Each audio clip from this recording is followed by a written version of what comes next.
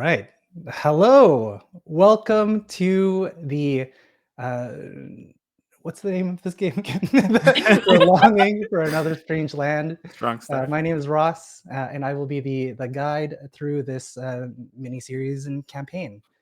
Um, as you can tell, there's still a lot of like learning and figuring out together, but that's kind of what I wanted us to do. I wanted us to discover a new game together, learn it, figure it out, build our world, and then play in it together. Um, like I said, my name is Ross. My pronouns are he, him. Let's go around the table real quick and just have a quick introduction. So, starting with Andy, and we'll kind of go down from there. God, I wish my name didn't start with an A. Hi, my name's Andy. My pronouns are they, any. I remembered this time. Yeah, I'm happy to be here. I'm gonna try my best. Yeah.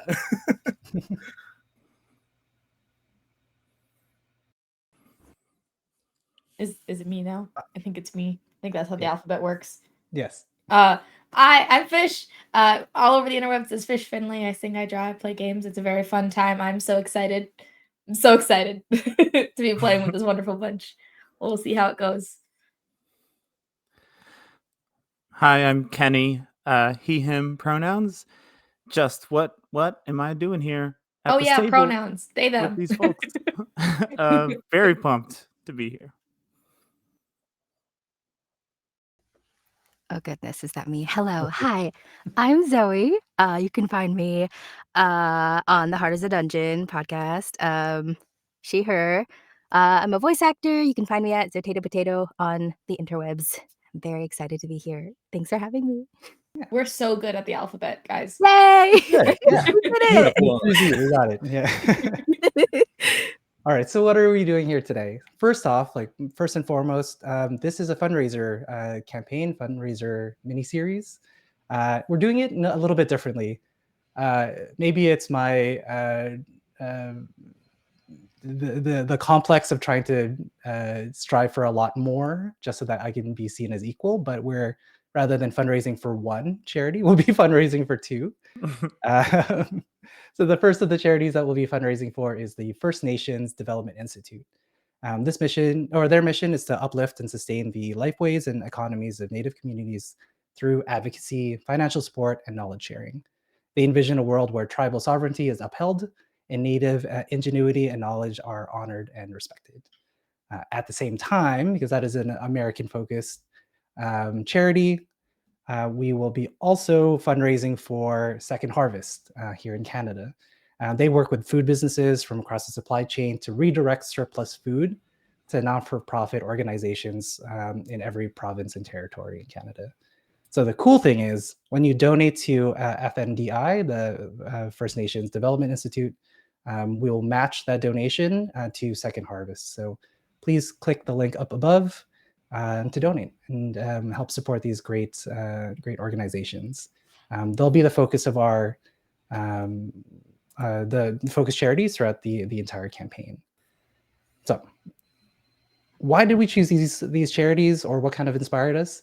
It is related, kind of, in retrospect and reflecting on the game that we chose, mostly because it really ties into the themes that we had resonated with when thinking about this game and talking about it.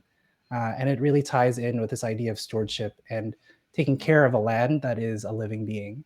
So the game that we're playing for today that will help build our world that we'll be campaigning in is the Marvelous Children of Inang-Uri. This game is made by Momentos, and it is a competitive world-building role-playing game. We will be playing as factions and working together to, one, define the creature that we'll be living on, and we'll be playing to see if we will help or harm this creature named Inang-Uri. They are a living chimera that we will build together. Cool. Well, I guess we can get started. I'm super, super curious how this will work. Because the whole point was to build the game, build the world, and then go from there. So we are building the ship as we sail it. So Is everyone ready? Mm-hmm. Yeah. Indeed. Cool. Yes. All right. So if you're familiar with games like The Quiet Year, this is going to be right up your alley. If you're familiar with games like Mafia, this will also be right up your alley. And if you're familiar with games like Civilization 6 or 7, this will kind of scratch a similar itch for you. So how does Inang-Uri work? Is kind of the question that you jump to, but the first question that we should be asking is, who is Inang-Uri? Who is this living chimera that we are living on? What we will do is kind of figure it out together. So what we'll do first is to roll some dice to figure out what the chimera is made out of. And then we'll roll some dice to figure out who is the civilization, who are the people living on this living chimera, and then we'll break out from that and define even more specific factions that we will all be playing. From there, we'll take a break and then come back into the political intrigue that will happen as we try and survive the oncoming challenges that Inang-Uri will be facing. Great. So what we'll do is there are essentially we'll just go around the table to roll dice, and we'll just start to piece Inang-Uri together. So I'll do the first one. The first dice roll is to determine whether or not we'll be using an even or odd column. So I will roll my dice here. Lands on a 6, so we'll be rolling on the even column. Andy, could you roll me a d6, please? Yes. 1. A 1. Right. So part of Inang-Uri is a lion of some sort. So we'll hold that loosely. We can make changes, we can make adjustments as we go, but part of the living chimera that all of our civilizations or factions are living on is lion-esque. Fish, could you roll me a d6, please? 6. All right. On the even column, Kenny, could you roll me a d6, please? Yes. A 5. A 5. Part of our Inang-Uri is an okapi. Oh, those are cool. Okay. Yeah. I'm going to do this again so we can have a little bit more variety in our. Zoe, could you roll me a d6, please? Indeed. It's just going to be an extra hybrid thing. Yeah. That's you. So Yes. even. Amazing. And I'll roll our final d6 here. Is a 6. Amazing. So it's an owl. So we have a lion, okapi, owl. Shout out to Andy for getting the only odd in that entire set of rolls. I've been told I'm quite odd. All right, so we'll go from the top for Andy. Could you roll me a d6, please, to determine the age of our Inang-Uri? Okay. 2. A 2. Who? Our Inang-Uri is a child. I'm going Oh. to circle the Oh. options we've picked here so that Yes, I don't please. forget. Yeah, I've that been would writing them be down. So I'm just super gonna. helpful. Yeah, My and you can handwriting see is so we're using terrible. a shared whiteboard. We're gonna build it together. No, that was the wrong one. And then owl was another one. There we go. Thank you. Oh. And This then is child. gonna go great, guys. Excellent. Yeah, it's good, it's good, it's We're doing good. There we go. And then child was the other. Great. Fish, could you roll me a d6, please? I can. That's a 3. 3. So above ground, essentially. Mhm. Cool. And then Kenny, could you roll me a d6, please? Yep. A 3. Yes, it Okay. eats humans. Oh. Amazing.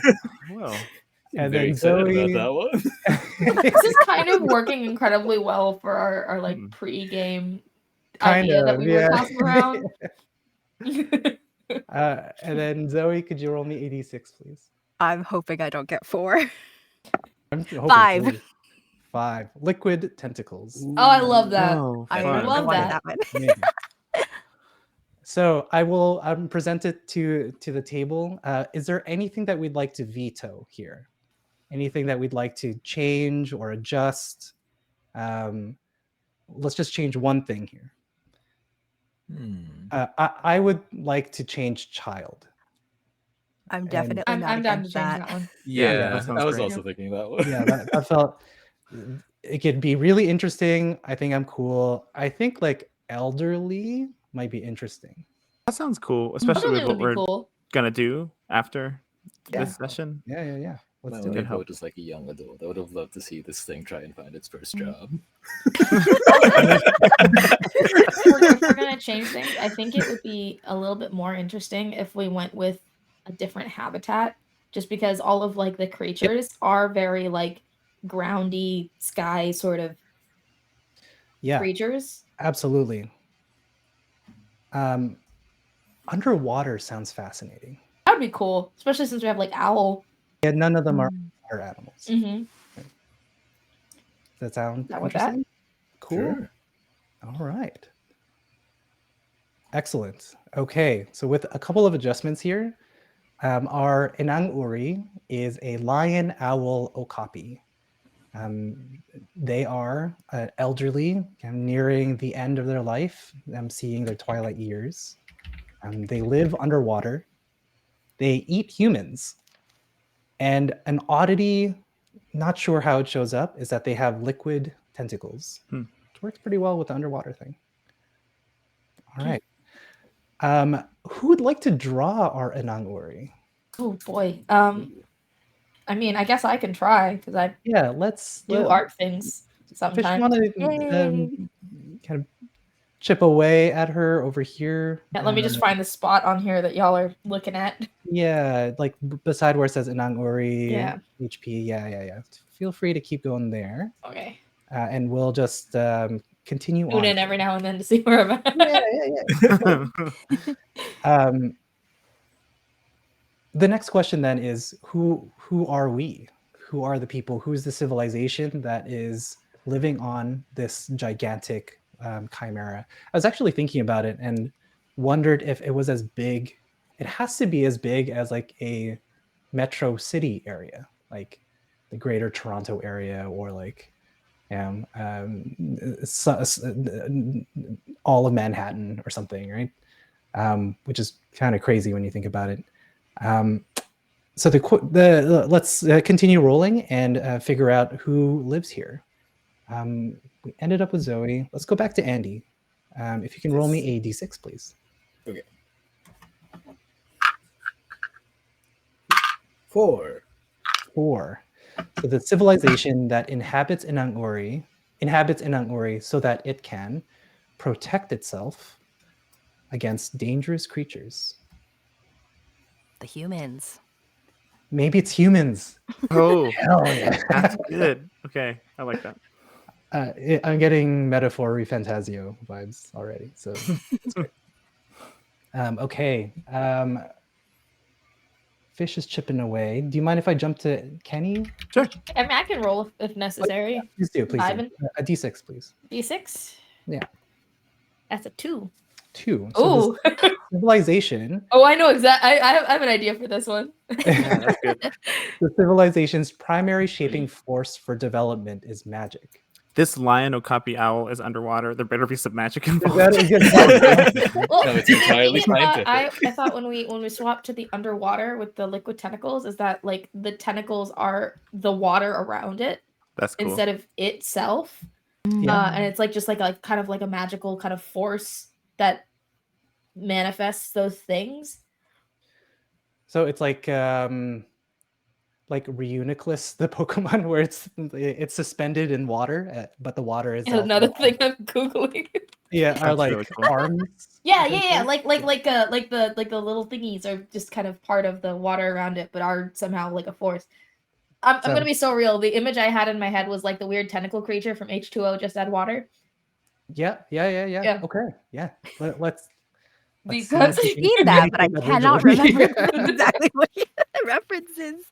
season 3 Oh my goodness, it's been so specifically. long. Now Okay. I have to Google that. All right. So, Kenny, can you please roll a d6 to determine the greatest threat to this civilization? Oh boy. 5. 5. Interesting. Okay. So the greatest threat to this civilization is culture. Interesting. Yeah.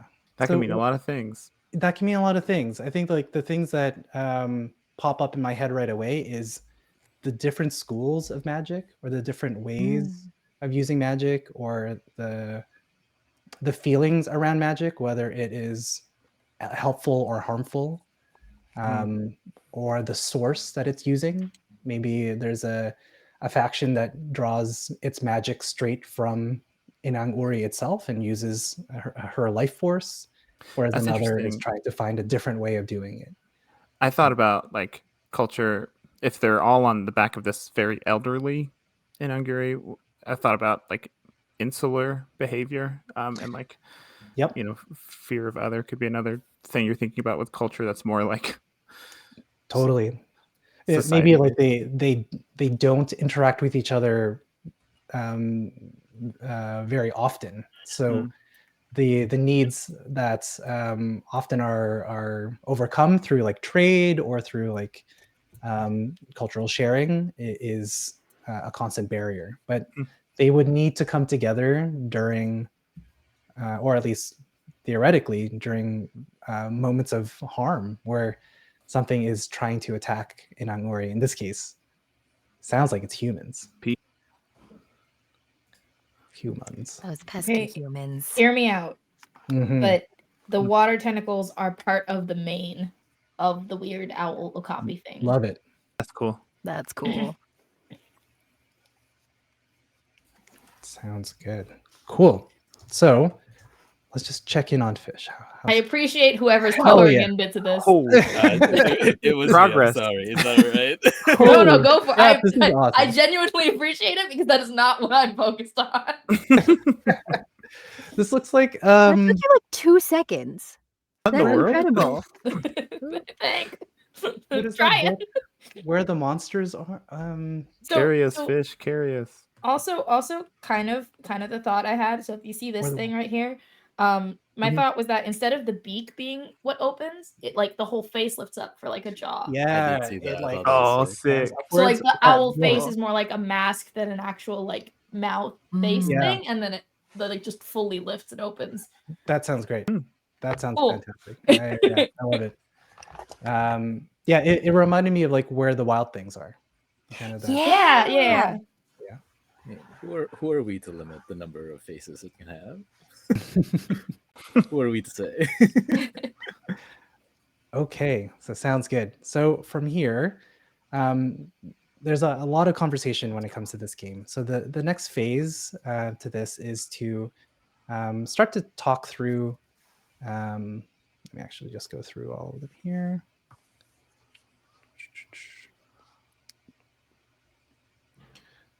The worlds. Here it is.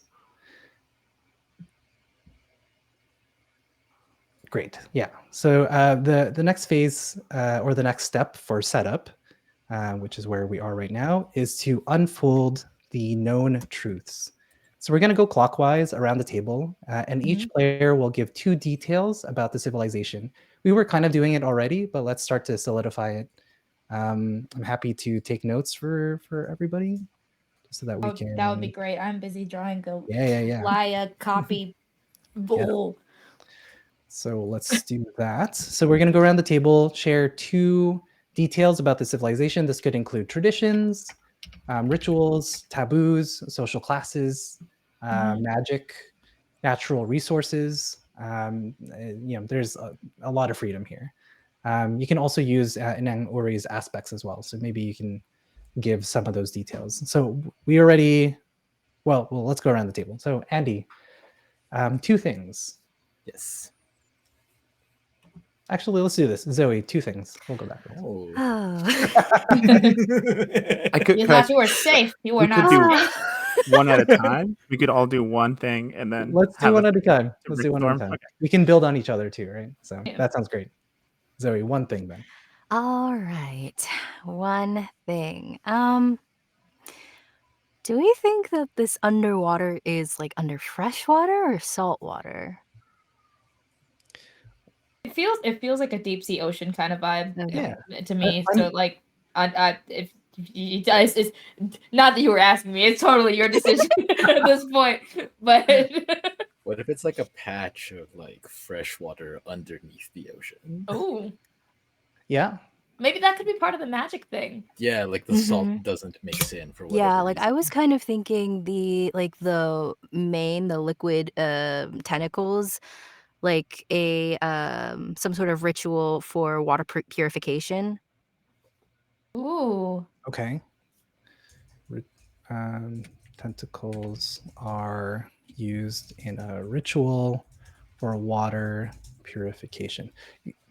There's kind of two details already in that. Does that sound okay, Zoe? Where like Yeah. this is under That sounds salt great to water, me.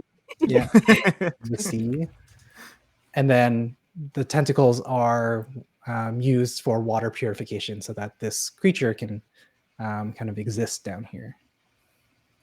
Cool. Sounds good. We can still go one at a time, but if you would like to throw in two, feel free. Kenny. Fish, if you're okay, I'm gonna build on your owl mask idea. how dare! Um, There I you collaborate in this collaboration. Collaborative game. I thought about like what would we be harvesting, and because mining is part of this game, like mining the Inang-Uri for definitely. resources. And so I thought about like what if the mask isn't like a solid mask, but it is like kind of like fingernails grow, etc., or tusks and things like that. What if it's like that? And so things can be chipped or peeled away like naturally to reveal like new layers underneath. Mhm. And that's that resource, whatever that stuff is something that's valuable or usable to the Cool. people. So the keratin That's a is great word for it, a Ross. resource, e.g. the owl mask. Yeah, and I like Owl. that it's like a limited To kind of resource. Mhm. potentially add to that, we could also do stuff with like the mane itself, since that's also where like the weird tentacly things are coming from. Weird tentacle Because thing. keratin also makes up like fingernails and hair as well. So maybe the tentacles aren't pure water. Maybe it's like a hair follicle, and then water is like pure water is like surrounding it, Mhm. or something like that. Yeah. Mhm. What is this resource called? Kenny? It doesn't have to be keratin. Like, and that's our real world.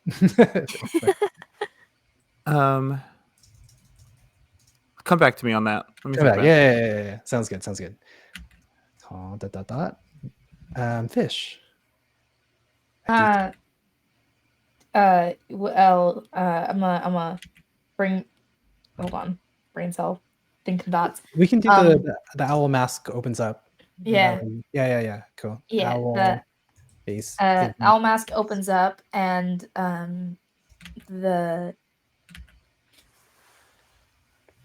like the tentacles being part of the main, were the two kind of main things that I was like, there's a thing.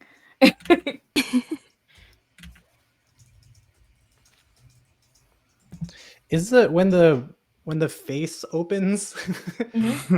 What does inside look like? Is it So teeth? I'm if you go slightly to the right of where the image that we drew is, I'm drawing it again. Kind of in my head, it was like the head of an okapi, but with like the mask kind of on the front snout of it. Oh, I see. Yeah. And so when it opens, it Cool. fully like just unhinges at the jaw. Okay, cool. Into, like, the I maw. thought it was so like the Cave of Wonders from Aladdin, where like it just kind of opens up. Mhm. Like that? Yeah. Yeah. Cool. So like it's less that like the mask comes off, and more so of like that moves with its whole. Right. snout. Maybe it's like turtle-esque, where it like extends. It here it looks like it's just the owl mask, but then later it extends out and it opens its mouth. Yep. Ugh. Love it. Cool. Love it. The entire crystal's up. Okay, great. Andy, a detail, please.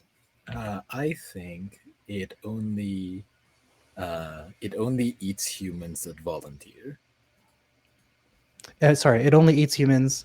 That volunteer. Like it Oh, okay. if Ooh. no one chooses to feed it, it will choose to starve itself.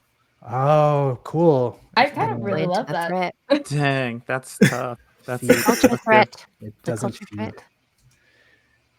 Yikes. Okay, cool. Mm. So does that mean the dangerous creatures is protecting itself against? Are they humans or not? I don't know. I feel like that's outside my detail. My Yeah. detail is Okay. We think about It's because like I we had, provided my detail. I can no more detail. I've done my job. I've said the one thing. I'm gonna add my detail. The dangerous creatures it defends against, we defend against, are humans. So that creates a really challenging loop where it enemies are humans, but it requires a human to volunteer to feed it. It could be like a part of the volunteer thing is part of the reason why it doesn't attack the group that's on it. Mhm. Like specifically the group that's on it. Oh, I see. So there are like humans that are living. Okay, got it. Okay. Because That's okay. otherwise it's not gonna have a group that Any will volunteer. Totally. Yes, that sounds great. Okay, cool. Back to the bottom of the list, Zoe. Yeah, I guess you had your two. I have my two. Kenny, did you come up with a name for this resource? I did. Yeah. What do y'all think about kuko, which is the Tagalog name for nails, like fingernails? Yes. Oh, cool. Oh. Yeah. That's very cool. Yeah. Incorporating culture in this game? Crazy. Look at that. I know. I'm sorry. I'm trying to collaborate. I'm trying to explore my Trying to learn culture. What am I Tagalog doing? at the same How time, dare yeah. you? Kuko, like Kuko, I think. Yeah. KUKO. Yeah. And then yeah. I'm interested. I'm thinking about the different parts of our chimera that we're making, and Mhm. like if the dangerous creatures are going to be humans, and the Inang-Uri can't like necessarily like eat them as a way to defend itself. Is one of the factions here like associated with one part of the animal, like the Okapi? I'm thinking about like bounding, and what if there's a faction that are like the bounders, and they are kind of equipped or can equip themselves and trained to leave the Inang-Uri for short bursts or something to defend. I'm trying to think of how does the Inang-Uri defend itself from this like threat. Yeah. So maybe we can write it as like the creatures living on Inang-Uri have I mean, a I've been drawing it as having wings as well. It's possible that we could have, since it doesn't need the wings for functionality for like flight, it's underwater. It could be that it uses like whatever this faction is can use the wings as kind of like ports. That's cool. cool. Yeah. Yeah. Sorry, I think a lot of thoughts all the time. If at any point it sounds like No. I'm like talking over or bulldozing over your idea, feel free to just like Well, let me know. I'll call it Yeah. out. But no, this is perfect. This is really Yet helpful. another collab. I too would like to This call. collaborate in this collaborative game. Wish we gotta stop asking each other to collaborate and just start doing it. All right. So I guess the note here is that Inang-Uri, there's a symbiotic relationship between Inang-Uri and the creatures that live on it. Inang-Uri needs help to defend itself, and the creatures need a place to live, essentially. Cool. Fish. Yes. A detail, please.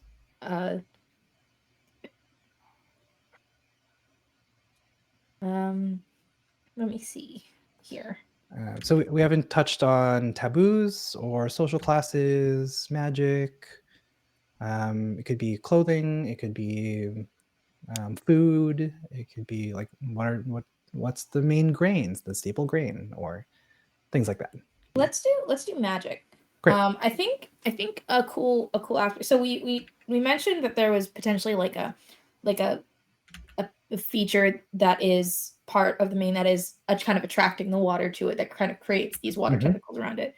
What if like the force of that attraction is kind of powered by some sort of magical like ritual or whatever, and there can be kind of a faction that's more or less dedicated to kind of the maintenance and upkeep of the kind of magical aspect of this creature. Mhm. The tentacles. Tentacles to. So a faction dedicated to the magical rituals required for the tentacles to Like if it's purify the water. like a freshwater kind of haven essentially within a saltwater sea, then the freshwater like tentacles would be a resource that they need to maintain and upkeep. Yeah, totally. And if that goes unchecked, then like maybe instead of being freshwater, it becomes salt again, becomes Yeah. saltwater again. Yeah. It's like a Absolutely. purification sort of deal to keep those as like a resource they can use. Totally. Yeah. So we have the tentacles being used for water purification, and then a faction that's dedicated, wholly dedicated to keeping, maintaining, and the upkeep of this ritual. Essentially. Mhm. Yeah, sounds cool. Andy. I think. No. Oh, all right. So I'll stop that right away. Thinking illegal. Put in that.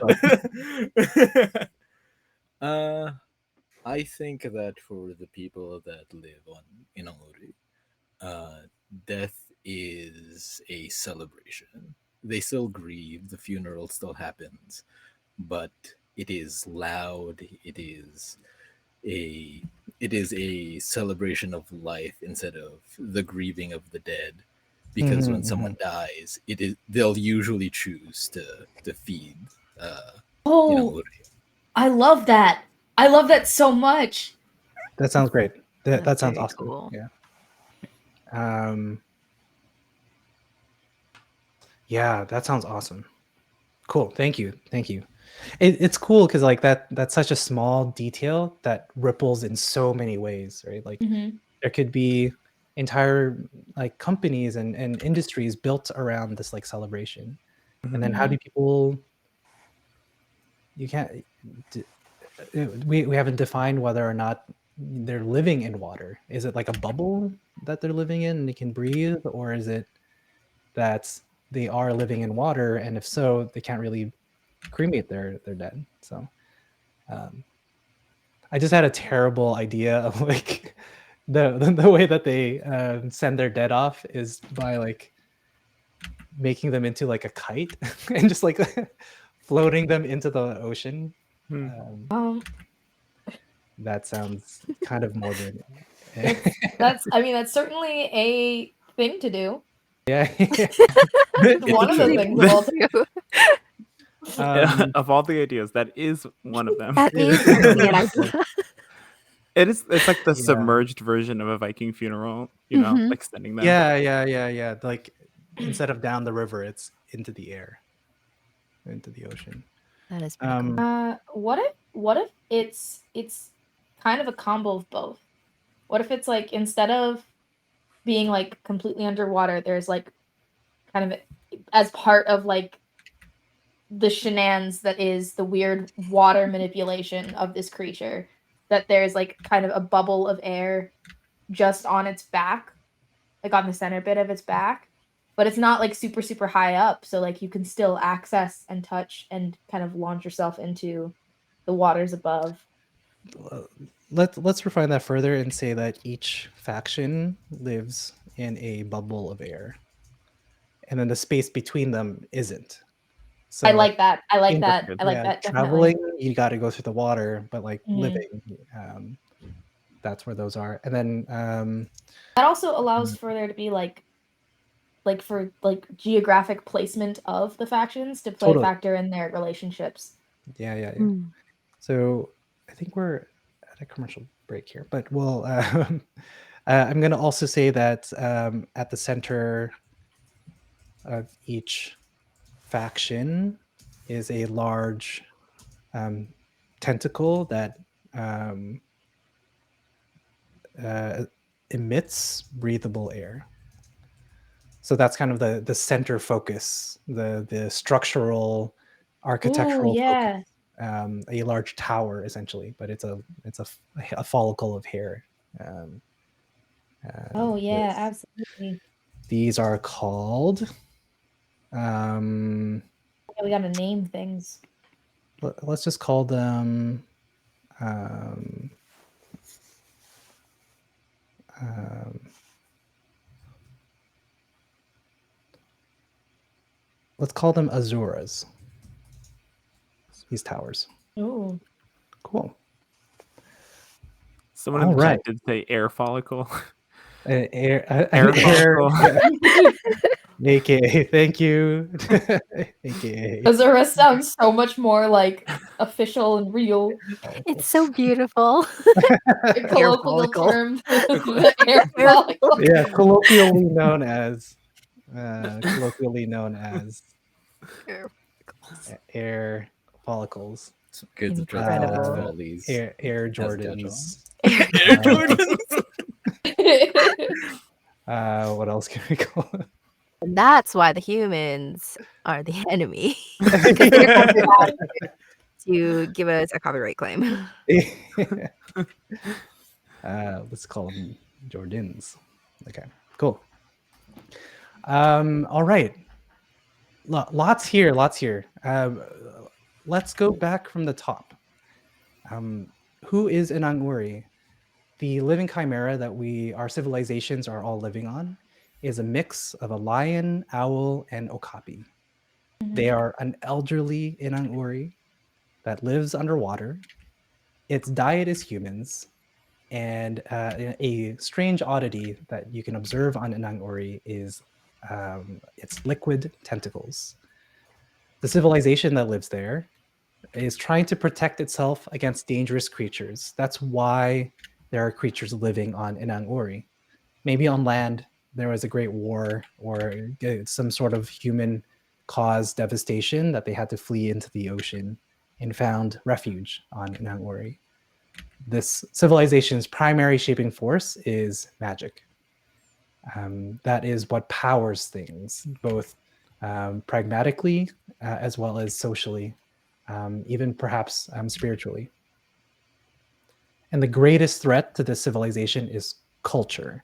We haven't really defined it too much, but part of this idea is this isolationism that is kind of inherent in how the factions are built.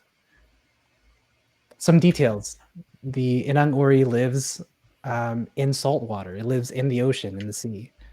The tentacles are used in a ritual for water purification, and there's a faction dedicated, wholly dedicated to maintaining these rituals. Keratin is a resource. So its fingernails, its hair, things of that nature are necessary to perhaps be a avenue for magic. And this resource is called Koko. The owl face that you see is not a face. Rather, it's a large bit of fingernail that's shaped as an owl face. And when Inang-Uri opens its mouth, the entire face lifts up. You can see within it. Inang-Uri only eats humans, but it only eats humans that volunteer to be food.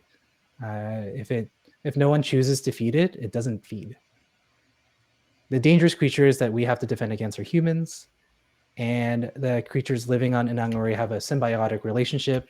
Inang-Uri can't defend itself, so it needs help, and these people need a refuge. When someone dies, one thing that is common across the entire civilization is that death is a celebration of life rather than a mourning of a passing. And this celebration is centered around kind of these faction cities that all live in a bubble of air. At the center of each of these factions is a large tentacle, a large hair follicle that emits breathable air. These towers are known as Azuras. I don't know. That's pretty dope for like randomly rolling. Couldn't have made this Adding by for, myself. like, We Anal. might be actually pretty good at this, actually. Yeah, Collaboration, teamwork. this is cool. All right. So the next step, as we move forward here, is zooming in even further. So each of us are a master of our own faction. So define the following.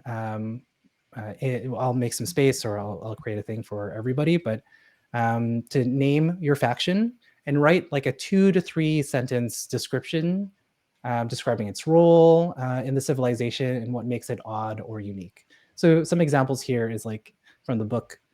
One faction could be called the Woolwrights. So the Woolwrights receive the wool harvest and utilize secret techniques to transform it into art and architecture. So they are fine carpenters and artists in the land. So it's neat, cool name, use a resource, and then they do something kind of neat with it. Farseekers sit on top of, in this example, Inang-Uri's head and use her antennas to navigate and pilot where the Inang-Uri flies. They're also a secretive faction that employs spies to root out people they deem as a negative influence on Inang-Uri. Right. So, while we do that, so if everyone can just grab like a sticky, I suppose, on the left here. Feel free to write your faction name, and then underneath that to write your description.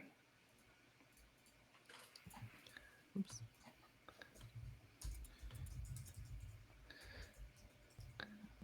I am also playing, but what we'll do while everybody is kind of giving it a thought is let's take a tour. Let's go say hi to Inang-Uri as our folks kind of build out. Move slightly further to the right. Move slightly further to the right. Fantastic. There you go. Nice. So here we see our lion-maned, okapi-bodied, owl-winged haven. Looks like there's the Kuko owl mask that opens up as the Inang-Uri opens her mouth. I guess that's the only way that she could eat, just from there.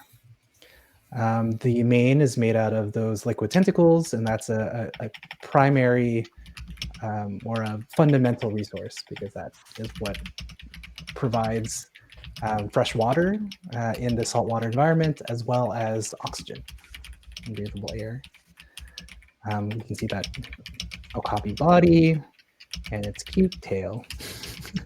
I still love this guy. This guy has so much personality. Yes. She's so happy to see you. She says, "Thank you for Terrifying from coming the for dinner." front. I'm gonna apologize Like to get really specifically close to keeps my- its head down. Yeah. All you can see is this really creepy smile. Yeah, it's fantastic. It kind of also reminds me of like Renaissance paintings of the gospel writers, where like it's just like a head of a lion with like arms encircling it and stuff. It's very terrifying. But I love this guy too.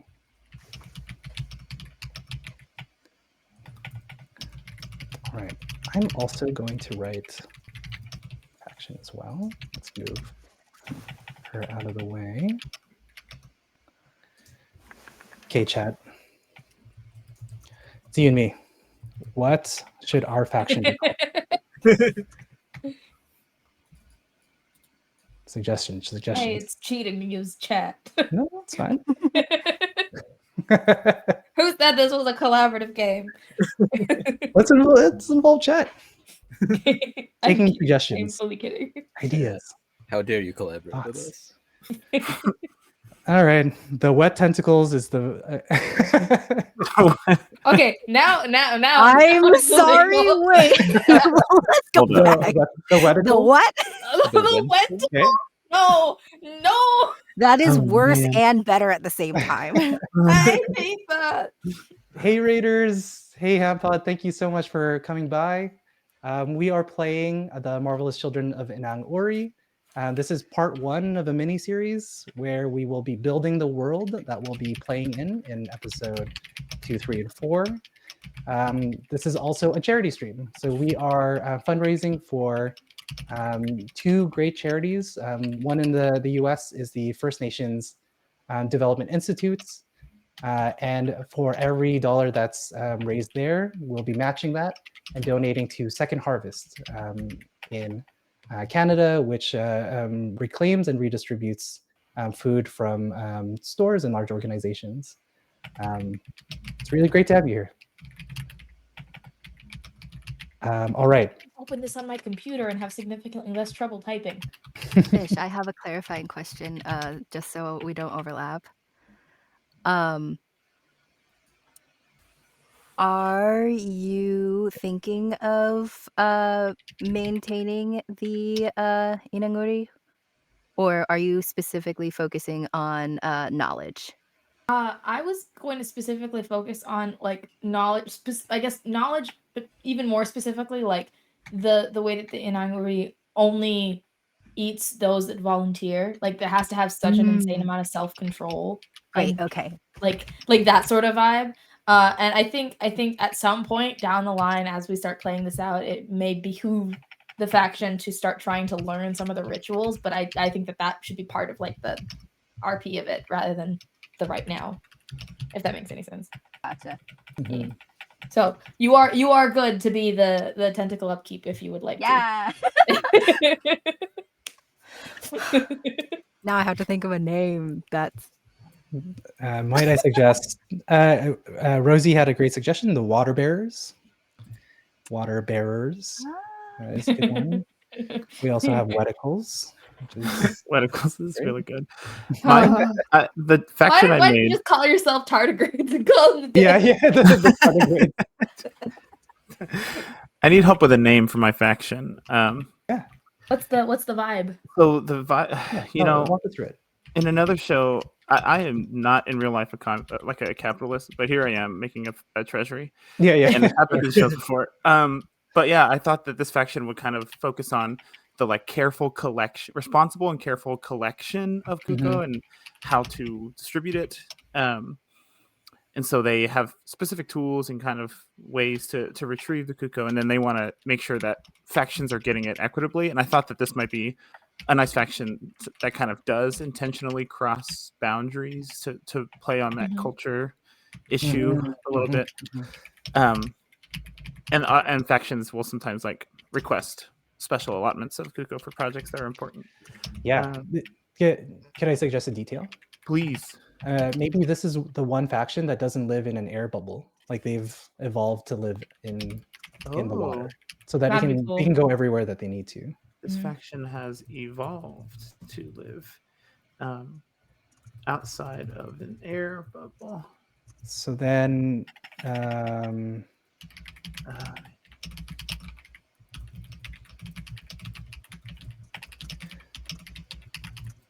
My iPad wants to continually change Uri to URL. So every time I type it, it's done in a URL.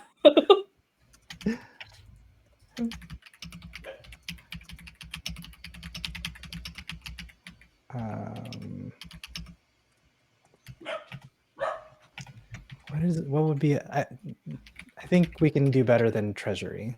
Agreed. Yeah. My immediate the immediate association that I made as you were talking about this was kind of in the way that like within the kind of Hindu trinity, so to speak, Shiva is like the destroyer, but like in a trying to maintain things in an equilibrium kind of way. Not Shiva. That's the right one, right? I don't know. My brain is and like that's immediately what my brain was thinking, was like in that sort of like you mine, you collect, you have to destroy it in order to allow the room for the creation. You also have to do it in a way that like respects the process of the creation in the first place. Yeah, that sounds awesome. Trying to think of a derivation of that. That would be a cool name. What about Shivrama? Is that okay? But it's better than the treasury. So It's better than the treasury. I like that a lot, actually. Could you spell that in there for me? How you think it would go? Yeah, I got it. I gotcha. Yeah, it would also be cool if they had like multi arms and their main tool, their ritual tool of harvesting is like a trident. That feels very So, Shiva, follow-up right? question. Yeah. I just kind of assumed we were humans. Are we? Not necessarily. Okay. There's nothing that we have. I think there's what I'll do is I'll make my faction be humans, so that we have a food source. Just a food source. Oh god. But then everybody else can do what they'd like. So in that case, can we just, in order to like contribute to this whole what seems to be like this culture of like voluntary sacrifice, could we have our Inang-Uri maybe not just eat humans and then eat all of the whatever the rest of us are as well? Yeah, let's make that adjustment. So Yeah. Inang-Uri's diet is Humans / whatever the rest of us are. Yeah, not humans. It is humanoids. Humans inclusive. Those that live on her. Inhabitants. Yes. Inhabitants. The habitants. All right, cool. Love it.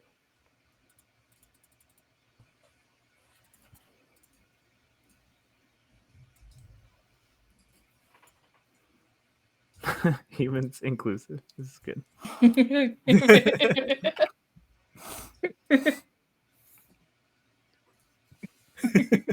It should be humans inclusive. Okay.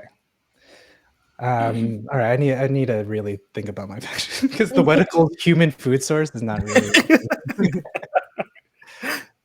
No, that's it. That's the whole faction. Yeah, Thanks for coming. Wet food. Let's see.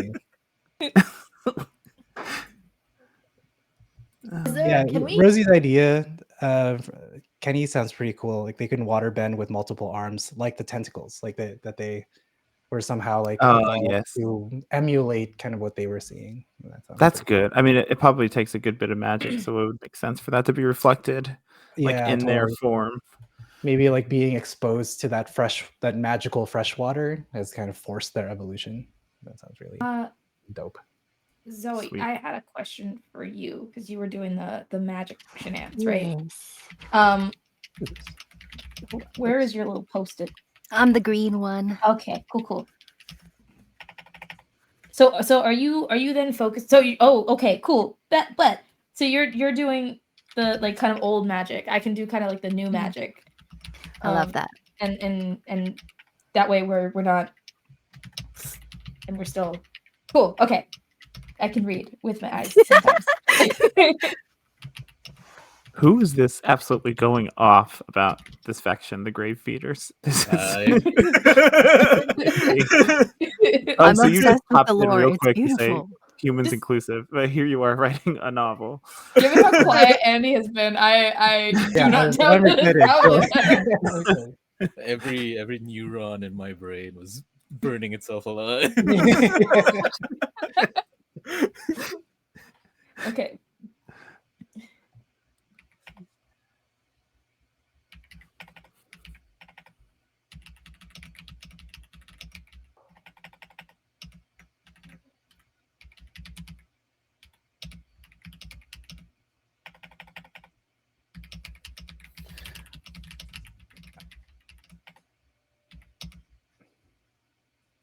I can do like my factions,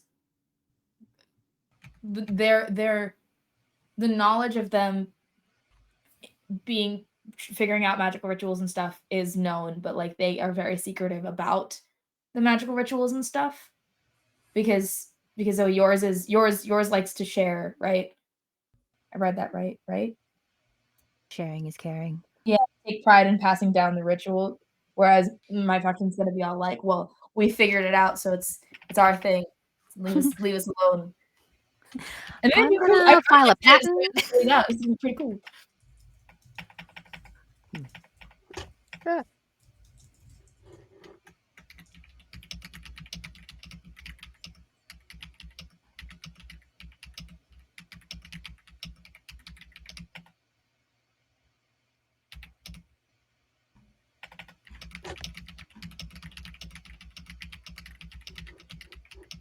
You can tell we're thinking really hard. Yeah, everyone's like quiet. He's dead. You know what I'm stuck thinking about, and maybe y'all help me think about this. Is I'm a very visual person, so I'm thinking like scale of this of Inang-Uri. Like, if it Yeah. was in front of me, how big is it? I think Inang-Uri is like bigger than Manhattan. Oh, that's right. You just talked like in terms of like it's like okay. It's like a region. It's bigger than a city because multiple cities need to essentially Right. exist on it. So maybe a state. kind of like to bring it down to like one feature of it. So just its eyes would have to be like football fields, essentially. Essentially, yeah. Like Yeah. a single hair follicle is a tower. That's I was shrinking The hair are people. trees. I need to escalate the The actual hair are feature. trees. the size. The The size size of moose jaw. yeah, Alberta. absolutely. That's very specific.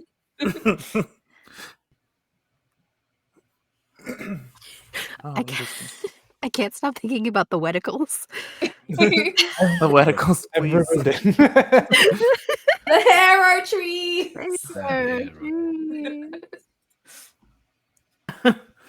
I like that as a size reference, though, the hair are trees, because that gives you something like more. Oh, and then so when I was doodling it, right, I was doing feathers on the wings and also feathers in like the area around the wings, so it could just be basically different kinds of trees. It's true. Yeah, we've got our pines and our oaks, and that's it. I'm seeing no this. other trees exist. Nope. Do you think it ever needs to breach? Like, does it ever need to go above water? Yeah, I think so. Whether it's like a choice or whether it's a necessity. Yeah, I think it. Yeah, it'd be kind of cool if it kind of did the thing that turtles do, where they don't breach for eons, and then they do, but it's like with an intent, and then they go back down. Because then it could be like a whole like cultural thing of like, oh my gosh, we gotta batten down the hatches. We're about to breach the surface. Yeah, and it's like a whole. It's a every millennia, right? Every millennium, it's probably the largest ritual that occurs. It could be taken differently for different factions. Like different factions could see it as like a traumatic event to survive, whereas some factions could see it as like a celebratory sort of thing. Yes, totally. Oh yeah. Imagine the deniers being like, this thing, we don't live on a giant chimera. Like, the world we live on is round. Every millennia it goes to get air? No, I don't think that's ridiculous. Think so. I've never seen it. Oh, I like that. Like breaching is like the birth of a new era. Yeah. And it happens so infrequently that like essentially like stories about its past are only like word of mouth. Generations will pass before literal it again. Birth of a new era. Yeah, love it. We are birthed into the sky. I'm gonna stop talking.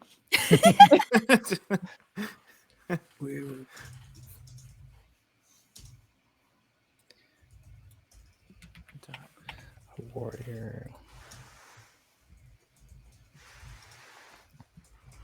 That makes sense if you're the food source, that you'd have warriors. Yeah. Mhm. I Probably die a little bit more frequently.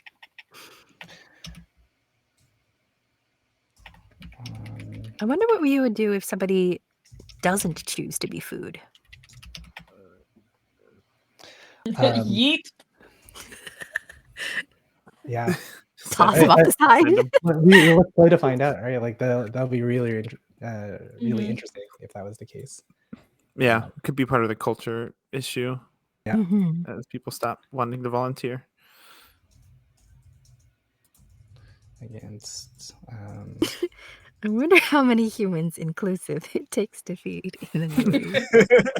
How many humans does it take to get to the center? I- And I mean, that's a good question because this thing is huge. yeah, I think the route I'm gonna take is that like the people from my faction have found kind of what's the word?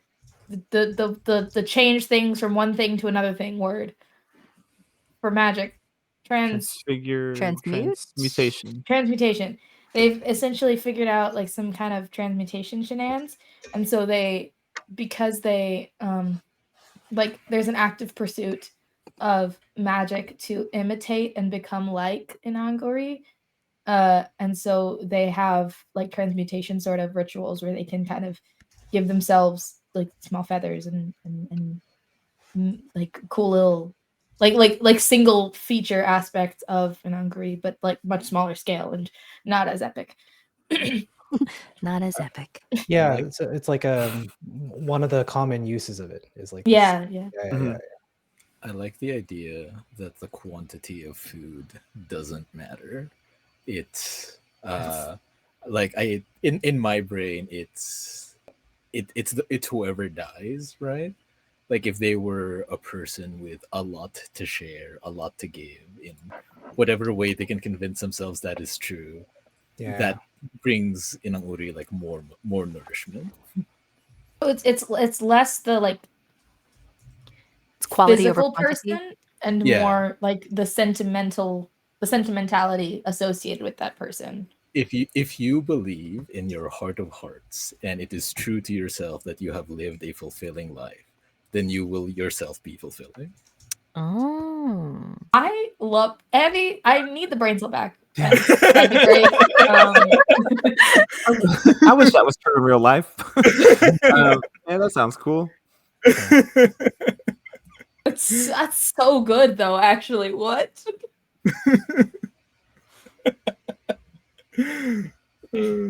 Not gonna have thoughts for so long after this. I'm using it all right now. You have to share the brain cell.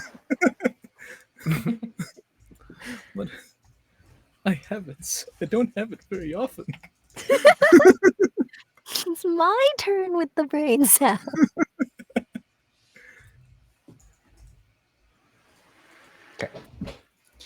Okay, how's everyone doing? Andy, you done your novel? Yes. I'm done. I'm finished. All right.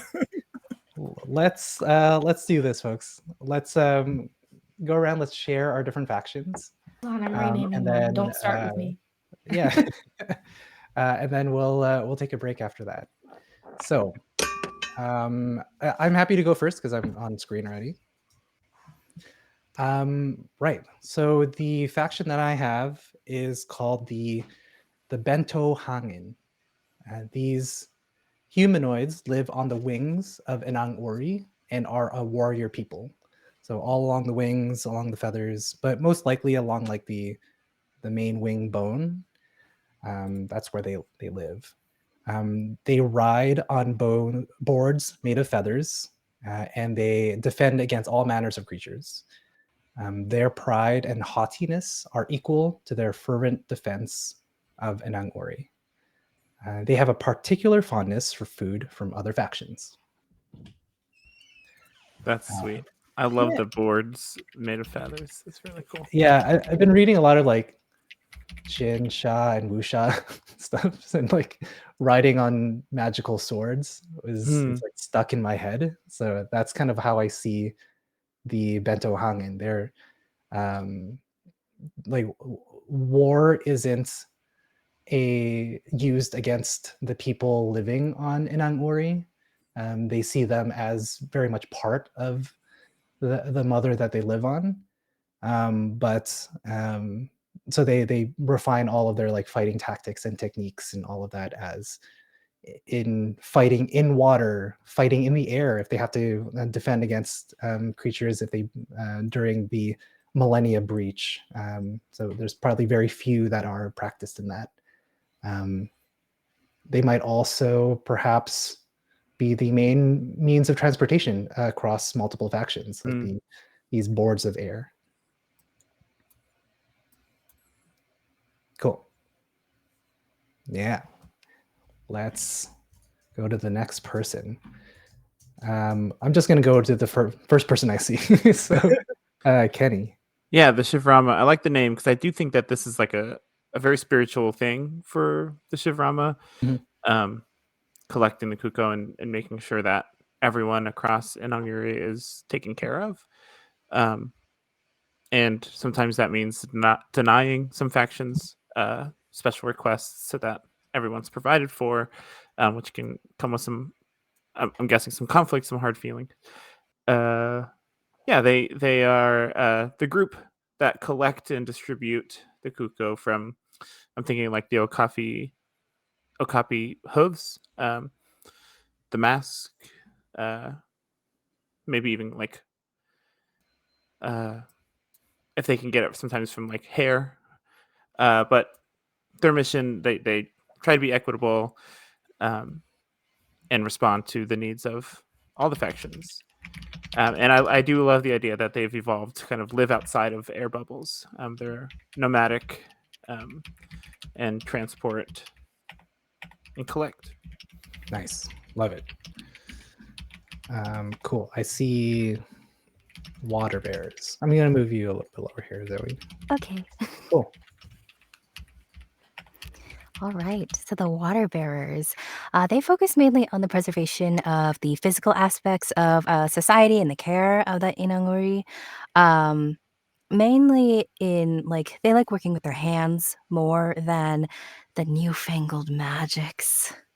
They take great pride in passing down the ritual of water and air purification and the old ways. It's very important to preserve their traditions. I feel that there might be some conflict with two other factions, maybe the Shivrama for one, because they also focus on the maintenance of like the buildings and other structures. And it could be that Kuko is important in like building. It's maybe their main building resource. I love that. That's awesome. Yeah. So does their magic involve? It's more like artifice. It's like using tools, the physical execution of magic. Yeah. Yeah. Cool. I love that. Are they actually large tardigrades? Like, are they water bears? I would love that. That's kind of funny. If you'd like it, or they can just be. I'll have to think about it. That's really funny. Yeah. Okay. Think about what they look like and how they show up. Cool. Okay, we're gonna go over. It's a swerve. So I was gonna come up with a funnier name, and then I was like, actually, the Wizened kind of sounds really cool and self-righteous, which is kind of the whole point. So as a kind of counterpart to the water bearers, my faction is very focused on like the self-control and perceived wisdom of Inang-Uri, with the whole like not eating human adjacent things. Humans inclusive, not eating humans inclusive, that haven't volunteered. It's like perceived as like this immense kind of mental wisdom. And so they pursue the kind of knowledge and understanding of Inang-Uri's behaviors, specifically when it comes to like diet and like their like movements through this endless sea. They have completely separately from the previous faction pursued magic, except they're very secretive about it. They have a lot of like little rituals that they do, like to modify aspects of themselves to physically and visibly look more like what they perceive Inang-Uri to be. And that changes over time and from person to person because they're such a small, they're an ant on this massive creature. Yeah. And it's less aimed at the maintenance of Inang-Uri like the water bearers, and more at like just how can we be like it? How can we become Inang-Uri in ourselves? And they're not like it's obviously not a thing that they can physically like achieve, but it is like their religion, so to speak. Cool. And yeah. Yeah, I love it. So I guess a question or thought was, is it more like the Wizen look at Inang-Uri in this kind of astronomical kind of sense, like the movement of planets and how it affects us, and what does it eat and why does it eat it, and it gets onto the like Yeah. philosophical side as well as kind of the pragmatic medical kind of Yeah, combination. absolutely. It's definitely more in like the philosophical side of it and less in the practical. It's very much more in the like what there has to be a reason for everything, and all of these reasons amount to so that sort of vibe. Cool. And then in doing so, they unlocked like a new type of magic, essentially. Yeah. Cool. That's dope. It reminds me of like hermits, like or like prophets that go into the desert and they have these revelations and being isolated from people. But an entire organization or entire civilization that's built around that. Cool. And like kind of as an additional, since we were briefly mentioning like the breaching thing, like yeah. Since they really idolize everything that Inang-Uri chooses to do, even if it is seen as an apocalyptic event, it's seen as like a positive thing. It's not seen as like a negative thing. Right. I wonder if the okay, no, that sounds good. I'll hold my thought here because we'll go to Andy. Tell us about the grave feeders. Okay, so the grave feeders are a faction that focus on the death rites and the blessings of the deceased. Their job is to make sure that both the bodies and souls are cleaned and free of any blight before being fed to Inang-Uri. Their work is threefold. The first part of their work is to prepare the celebration for the soon-to-be deceased. Each celebration is unique to each person, featuring their loves in whatever form that might be. The second half of their work is to clean, purge, and ultimately kill the volunteer. They first help the volunteer prepare the passing words, which they bring to Inang-Uri to convince her that they are ready to die. Only when Inang-Uri is convinced may the volunteer then be killed. The death is quick and painless, as selected by the volunteer. Post-mortem, the body is then cleaned and offered to Inang-Uri. The last part of their work is to preserve any of the blight removed from the offering. The grave feeders have a collection of plagues and diseases that are kept and studied such that less and less blight may be gathered the next time. Members of the grave feeders are all deathly ill, so much so that they may never volunteer themselves, living their lives in isolation. The death of a grave feeder is celebrated quietly and with little fanfare, but make no mistake, it is celebrated. Lastly, they hold themselves by an oath, a promise. Only when all your work is done may ours begin. With us, be still, clean, then rest.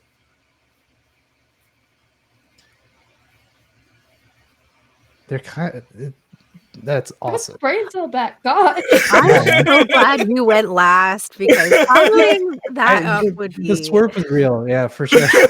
Yeah, Guys, the Inang-Uri is like the planet, you know. Actually, my guys just collect old bones and shit. Like my guys ride on feather boards and do kung fu. Like, no, I think that's fantastic. I love that's cool. the quote, like, when all your work is done, may ours begin. Where do the grave feeders live? And this is a question for everybody. So where are the water bearers? Where are the Wizened? We know the Shivrama are kind of like all over. How dare you Right. ask me a question I didn't already think about? Yeah. I did think about that. We probably have to be relatively central, but also kind of close to the water tentacles. So I was thinking sort of at like the base of the neck. Yeah. Yeah. Let's draw them. So the water bearers. Here. Here? What do you Yeah, think? like there. Yeah. Okay. Yeah, really the like- access to everybody. I really like the iconicity of the look from the front here. I've drawn it slightly lower because I was literally just like, that's kind of cool actually to just have like this creepy smile on top. It's giving Cheshire Cat. It is. Yeah. Beautiful. Cool. So I'm just gonna write the water bearers being here. Cool. Where are the grave feeders? I think they live on the perceived dirtiest part of Inang-Uri, which in my brain are near the legs and the hooves. Near the things legs. the things it uses to sort of tread the ground underwater are where they live. Okay. Do we have okay. to worry about gravity with this thing? Yeah, can we live upside down? Yeah, I think maybe we can say that it's just so big that it has its It own has its own kind of gravity. Yeah. Okay. Yeah. So, sorry, Andy, can you perhaps point on the body? show us on the body. So, like down here, and it's like, Yeah, like So, I don't know how to point on this. okay, no worries. Yeah. So, okay, may I ask if it's on the legs? So they have to do a pilgrimage to feed Inang-Uri every Yes. time? Every single time. Holy shit, that's a far yeah, I love it. That's so cool. Okay. Your brain. The commute to work's pretty long. Gosh. Is this fair to say, Andy? Yeah, I think so. Okay, grave feeders.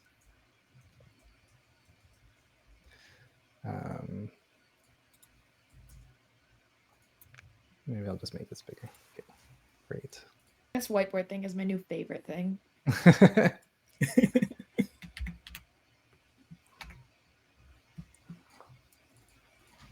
Okay, grave feeders. Water bears, feeders. Love it. And what about the wizened? I think it makes sense for the wizened to be very removed from any of the parts of Inang-Uri that would be like significant. So like kind of a distance from the head and a distance from the wings. So I'd say like right. Hold on. Okay. I'm doing my best to pick things and it's being annoying. Like here on like the back of the neck kind of energy of like it's a bit it's not like super far from anything, but it is far enough from the head that they're not able to really have direct interaction with the water tentacles and stuff, and they're far enough from the wings that they're not able to have any direct interaction. That's kind of fueled this sort of astrological belief is that they don't have anything like physical to like, and there isn't really like a solid physical feature for them to anchor their beliefs to, and it's on like the creature as a whole. Okay. Yeah, might I make a suggestion? Yes, please. What about at the tip of the tail? Because from there they can see the entirety of Inang-Uri. And it's the furthest away from I like that so much. And there's this like kind of rhythmic movement in their daily life and etc. Yeah, I love that. Yeah, cool. So let's do that. Let's do sorry, and then these are the wizened. Crazy. Okay, beauty. Love it. And then the Beto Hangin will go. Let's say the main kind of city of the Bento Hangin are here. The base of the wings. And they are a purple. And Ross, I was thinking if people need to reach the Shivrama, I would think that their like spot where they convene when they need to convene is near the mask, like along the edge of the mask. Yeah, It's a I huge love it. source for them. So Let's do it. So is the main kind of like just a really big jungle to traverse through? that's kind of cool. Like a sea anemone. Yeah, that's kind of what I was thinking as well. You know, see an anemone. mask.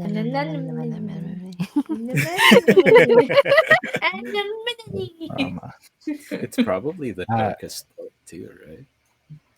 Like, does the light pierce through the mane at all? I think with anemones, like it does pierce through, but in I wonder if like if Inang-Uri like rotates or if like there's with sea anemones, it's if the way that clownfish prevent themselves from being stung is by constantly rubbing around in it. So what if it's like the grave feeders, because of their constant pilgrimages, are kind of left, they're able to traverse through it with much more ease than everybody else. totally Just because of like familiarity with Inang-Uri. there are familiar paths through, for example. Yeah. Okay, sounds good. All right, so we're a little bit over from what I had thought, but let's take a break. Let's contemplate with the wizened about the nature of Inang-Uri while we do some trade with the Shivrama and ride on some cool feather boards with the Bento Hangin as the water bearers build bridges that the grave feeders can traverse through. What I mean is, like, let's take a break and drink some water. So. Crazy. See you all in 10. And from there, when we get back from the break, we'll see how these factions interact with one another. Crazy. See you soon.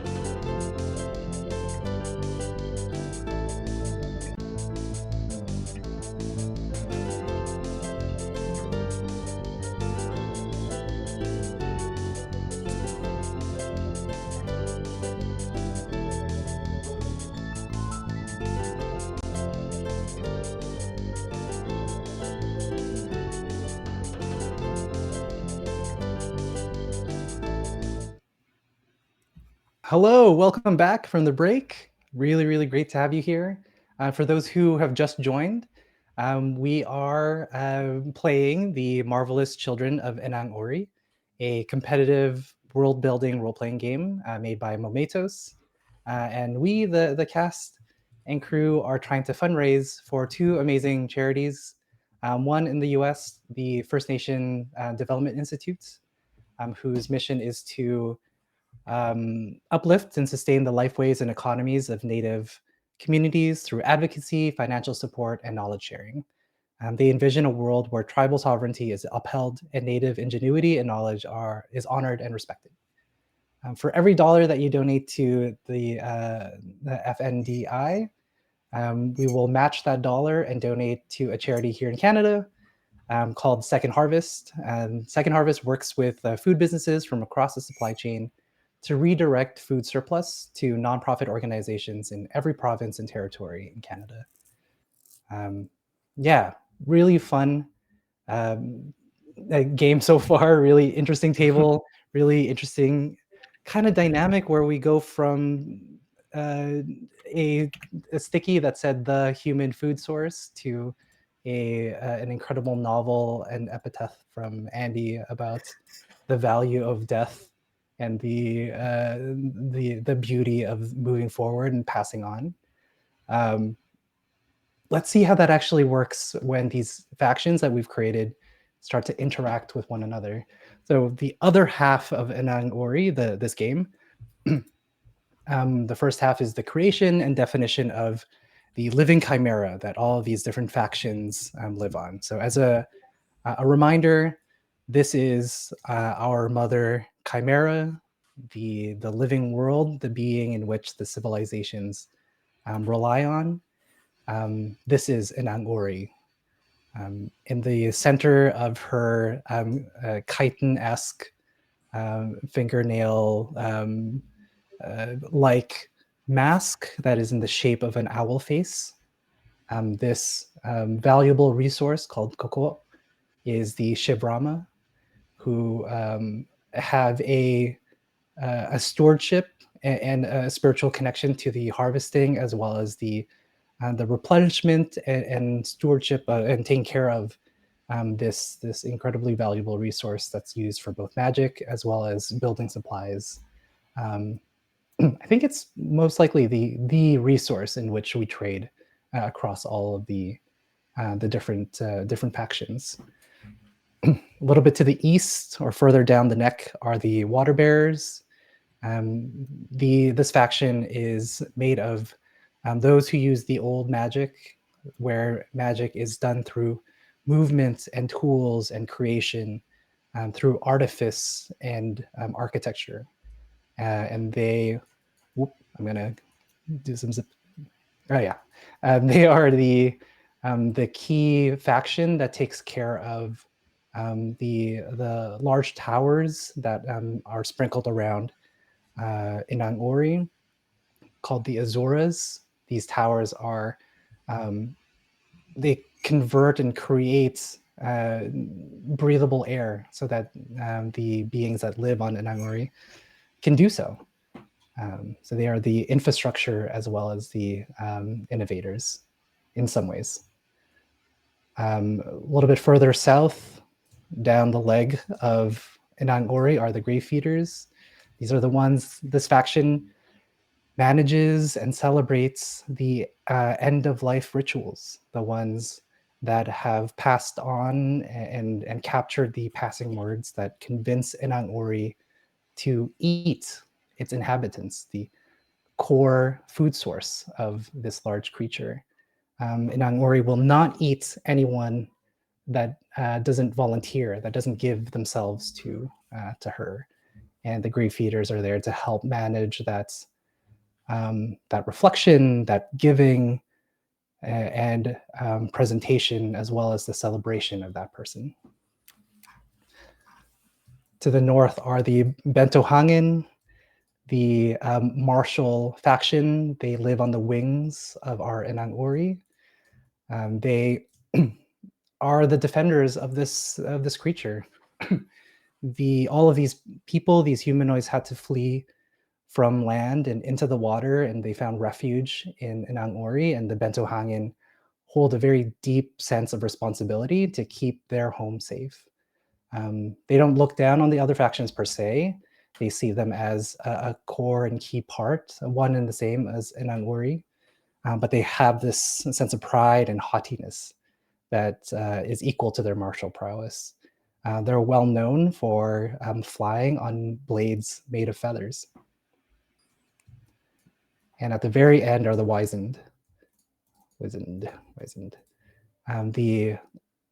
The philosophers, the ones that consider the being of Inang-Uri, what moves her, what makes her tick, what is her purpose in the world, and in doing so, what is their purpose. And their more esoteric, isolated life has opened up and unlocked new magics that they could only do by imitating and contemplating their mother, Inang-Uri.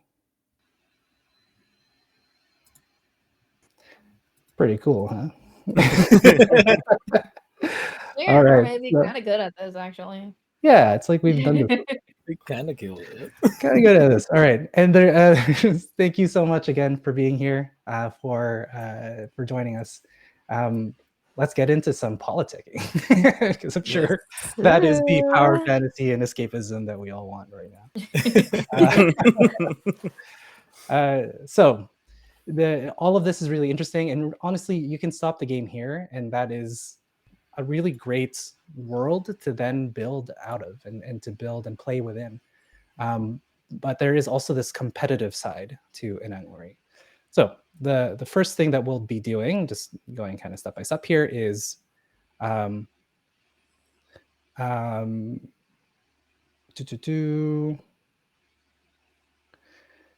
there's a couple of things that we that had skipped over. I want to kind of encourage us to kind of build into the next step so that we can keep moving forward. We will have a civilization defining event that will occur that requires all of us to work together, theoretically, to work together so that we can help keep Inang-Uri safe. The first time that we meet each other, I'd love for each faction to talk about a relationship that they have with another faction, and ensure that every time that there's a relationship with each faction. And please add that to your card as we move along. One thing that I'd like to do before we figure out our first scenario is for everyone to roll a d6 secretly. Don't tell anyone.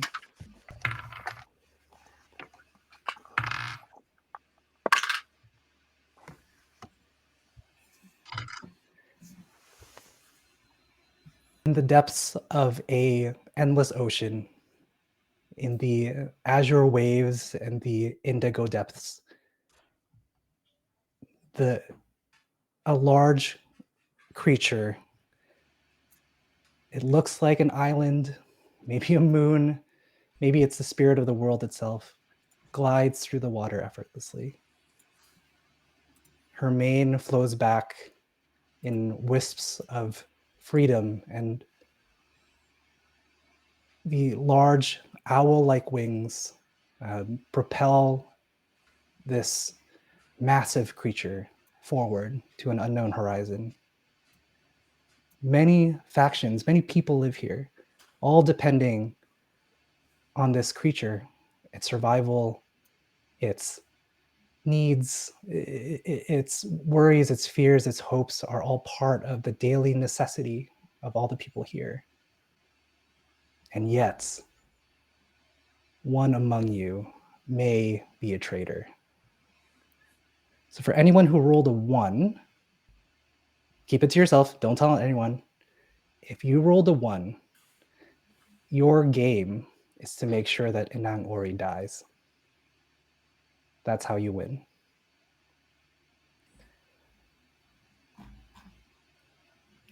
The best part about this is there could be no traitors. All right. So on that happy note, let's move on to the first scenario. So the way that this plays out is that there are world scenarios, and each generation, I kind of want to think of these as eras, right? Like these, an era of people have to deal with at least two major scenarios, two major things that's, I think it's two. Yeah, they have to deal with something that's that defines that era. Right. So let's do this. I'm going to roll a dice, a d6, to determine if we are using the even or odd table here. Great. So I rolled 2, so it is on the even table. And Fish, if you could please roll me a d6. Which table are we looking at? Yeah, it is in the. I kind of want to keep this one hidden, so that way Okay. we don't like Oh, cool. prep Gotcha. 4 different scenarios. I have to hear No, it no worries. for me. Yeah. So roll me 4. a d6. 4. Yep. Ooh, goodness. Okay. That was an encouraging sound. That was the sound of confidence, actually. Yeah. Excellent roll. She lives Yeah. forever. Nothing has ever been wrong ever. Yeah. Cool. So the first scenario, would it be safe to say that these factions don't really see each other? Like one of the main challenges of our society is that culture is there's a rift in the cultures of these different factions. Yes. I think maybe the only exception to that might be the grave diggers, because they do the pilgrimage a bunch. I could see them interacting with the what's the name of the feather surfing boyos? Bentohangen. Bentohagen. The Bentohagen? Yeah. The Bentohagen. other one. The Shivrama. The Shivrama. Yeah. Yeah. Mm. Absolutely. I was gonna say the Shivrama probably get around, but don't like get familiar with anyone. Yeah. It's more transactional. Like their focus is, it feels like everybody's focus is Inang-Uri and not one another. Yeah. Mm-hmm. So I think that's feels safe to say. But I would like to suggest that there is still a time in the year that these factions need to meet because resources need to be traded, agreements need to be had, conflicts need to be resolved, and perhaps it is marked in the calendar year as the same time last millennia that Inang-Uri breached, went out of the water and into the air. So that was a millennia ago, and this meeting is to celebrate that or have that as more of a memorial. It's become more mythic and legendary than a real event, but it's still something that causes everybody to meet. So in this meeting, the representative of the Shivrama, Kenny, representative of the water bearers, Zoe, representative of the grave diggers, Andy, representative of the Bentohangen, me, and representative of the Wizened, Fish. We all meet. Where should we meet? Is it belly time? I think it's yeah. Central belly. Tummy time. Tummy time. It's tummy time. It sounds Like good.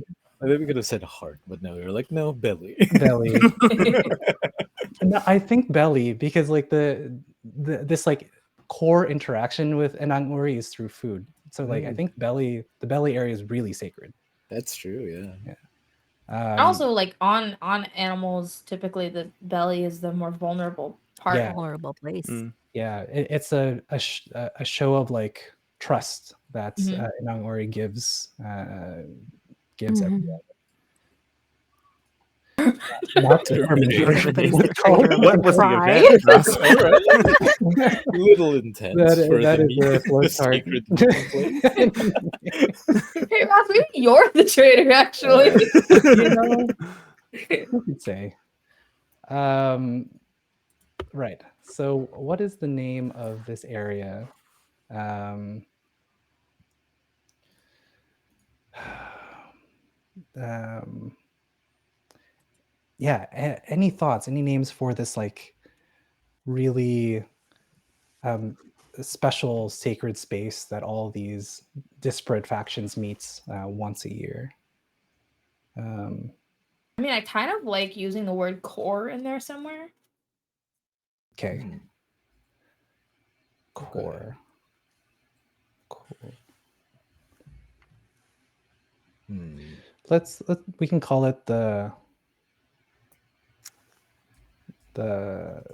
Corella.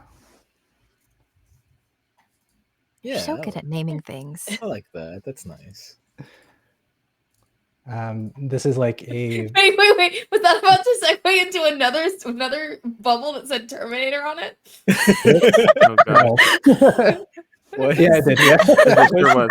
I'm using a flowchart object. That's why it's doing.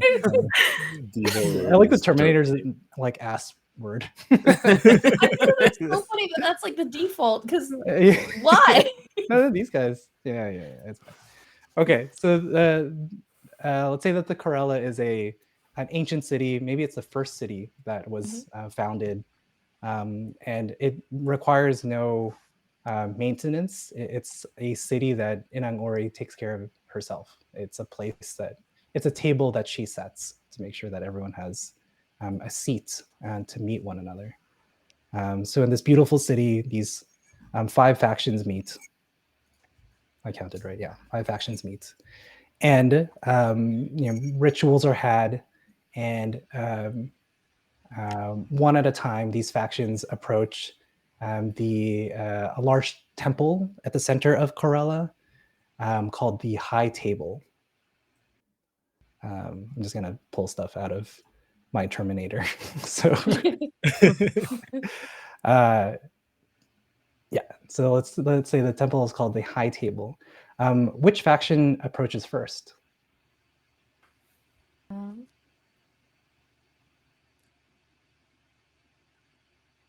The Shivrama will approach. This being a regular stop in their travels anyway, to make sure that Inang-Uri has everything she needs to provide here, making sure that there's enough of the kuko to use in various ritualistic spots. So they're here kind of in the area already, and so they will approach the high table. Sounds good. And what does what do the Shivrama look like? So the Shivrama, kind of to blend in with the water, because they traverse the water in between factions. They've got a pale blue skin, humanoid, but with these extra arms that protrude from their torso that are almost tentacle-like in nature, not spectral. They have like some kind of grounding in their body, but they are tentacle-esque that help them move through the water. And then when they're in one of the factions' home, like air bubbles, they can use it to maintain water around the systems they need water on. But they are, I would say, imposing figures to be able to transport all this kuko around Inang-Uri. Sounds awesome. And who are the Shivrama not looking forward to seeing? Who are they not looking forward to seeing? They are worried about seeing, honestly, the Bentahagen. Yeah. The Bentahagen being a martial group, Mm-hmm. and a group that require a lot to like train and defend, require a lot of material that the Shivrama aren't always able or willing to part with. Yeah, that sounds good. It's always a take from the bento hangin rather than a And give. they don't spite them for that, but don't enjoy having to say no. Yeah, fair. And what do the Shivrama bring to the table? The What Shivrama, food? What are you sharing with the rest of the factions, despite maybe not wanting to, but being compelled to by ritual? I think, kind of like fossilized versions of the kuko that's like not useful in magical means or creation, that they've shaped into like nice dishware, like literal plates and cups and things for them to take back to their communities and use for food, like ceremoniously. They've brought like a large amount of like fossilized kuko, which is not useful in other regards, but Right. Maybe the magic was drained from it, but it's like it's ceremonial and beautiful. I wonder if it fossilizes rather than fossilizes, it crystallizes. So yeah, it that's becomes nice. like prismatic. You know what I mean? Yeah, there's a nice sheen to it. I like that. Yeah. Cool.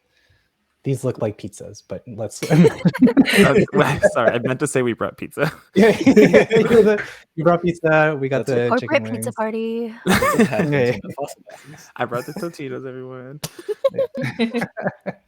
Who's the next faction that approaches the high table? Probably the water bearers. Okay, and what do the water bears look like? They do look a little bit like water bears. I think they are probably some of the least humanoid looking of the residents on the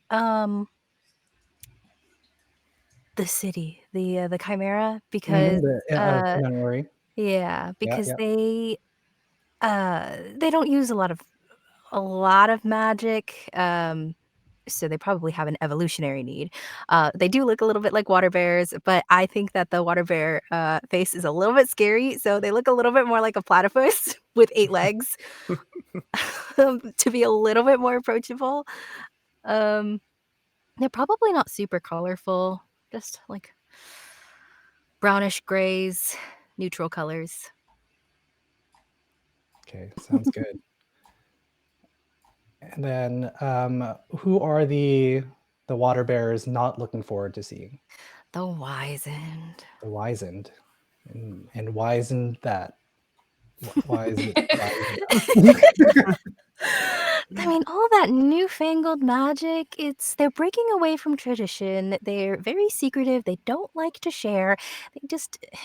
They're not very sociable. Okay.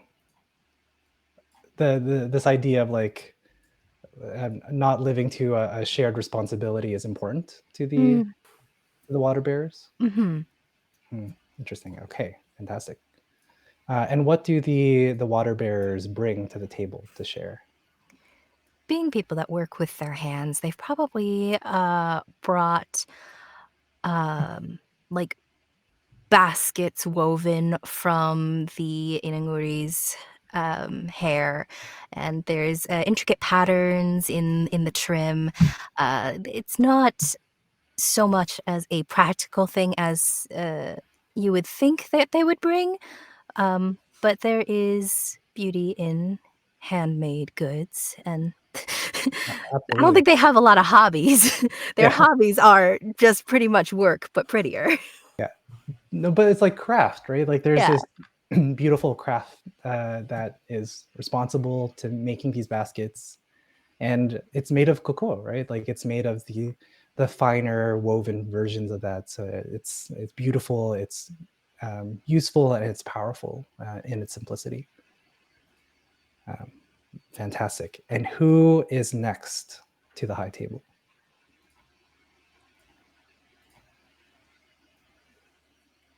If it helps, I think that the wizened would be last to show up. Okay. So I think their priorities are a little more askew. sounds good. I think then the bento hangin would be next. The bento hangin arrive, and they are kind of the most human-esque, I suppose. Most humanoid, except that their arms are quite long. Their limbs are much longer. so that they can have much more reach and defend much more space. They have kind of more equine features, more horse-like features, and they don't walk into the temple, into the high table. There's these large stairs that go up to the meeting space, but they can fly in on these swords made of feathers, and their skin is dark. It's like rich, burnt chocolate, but their eyes are a variety of colors. But most prevalent is the same color as Inang-Uri's, which is gold. They are least looking forward to to seeing the grave feeders. They see them as if a bento hangin has to see a grave feeder, it's a failure. Right? Their responsibility isn't to feed Inang-Uri, it's to protect her. So if they are called, or if somebody is no longer able to fight, then they are volunteered on their behalf. And the success rate in which bento hangin actually convince Inang-Uri with the passing words is very low. So they're probably the ones that are least, the grave feeders are the ones that they're least looking forward to seeing, because they're reminders of failure rather than celebrations of life. And what they bring is they actually roll out a feather, and it's not like feather-like. This one is much more rigid. It acts more like plastic. They roll out this large feather, and it's a lot of food kind of laid out. It's in Filipino, I don't know if it's like tradition, but very often you see in Filipino restaurants like a boodle fight, like you lay out banana leaves and there's like rice in the middle and fish and all these different things. And it is that's what they lay out in the middle of the table. They bring the biggest thing. they take up the high table is their table in their mind. So they take up the length of it, and all of the food. And you'll notice that the food that they have it's like their takes on all of your foods, the things that like you are very proud of, but they've kind of mixed together and made kind of uniquely theirs as well. Yeah, that's the bento hangin. Then I guess the grave feeders are the next to arrive right before the Wizen. The grave feeders are a little strange, mostly because you're not born a grave feeder. Instead, when someone becomes deathly ill, they are relegated to be a grave feeder. So they come in all these different shapes and sizes, some reminiscent of the other factions. The difference being that the grave feeders wrap themselves in colorful bandages, such to hide any of the skin, their mouths, any of the blight that affects them from spreading to anyone else. What they bring to the table are what appears to be salves and medicines from the research and study that they've been able to do on the latest collection of blight from the last offering made to Inang-Uri. So, treatments for whatever ailments the last person to die was suffering from. That is what they've brought. And I don't think they're very much looking forward to seeing the Shivrama, because an issue that they've run into recently is people losing sight of living a fulfilled life and being ready to die in the pursuit of material. Sounds good. And the last to arrive. The wizened are last to show up to this table. They aren't. The party of them that does arrive are kind of take on a whole bunch of different, like they have very varied forms, in that like the person who's like leading the group, so to speak, has hold on, rewind. Rewind. Their kind of like base physical form is very humanoid, except it has many legs, usually like 4 to 6 legs and two to or 4 to 6 arms, or 2 to 6 arms. I know how pairs work. Um, and the kind of leader of this group, so to speak, has undergone quite a few modifications. They have an additional like set of wings. Their feet vary between claws and hooves, and they have like this kind of almost like it's almost like a mohawk sort of vibe, but like around their whole head to kind of mimic that sort of main feature. Whereas most of the other people in like the party that arrives has only one of these modifications. If it's like a change in their feet, or it's a pair of wings, or it's just the hair, like it's most people have only one. The kind of front man, so to speak, has kind of all of them. And they bring kind of clothing and like woven tapestries and a lot of like fabric goods that they've made. They wear very fancy kind of robes, and they also bring, although not quite as fancy, robes to trade. Cool. Who are they not looking forward to seeing? I didn't think about this one. I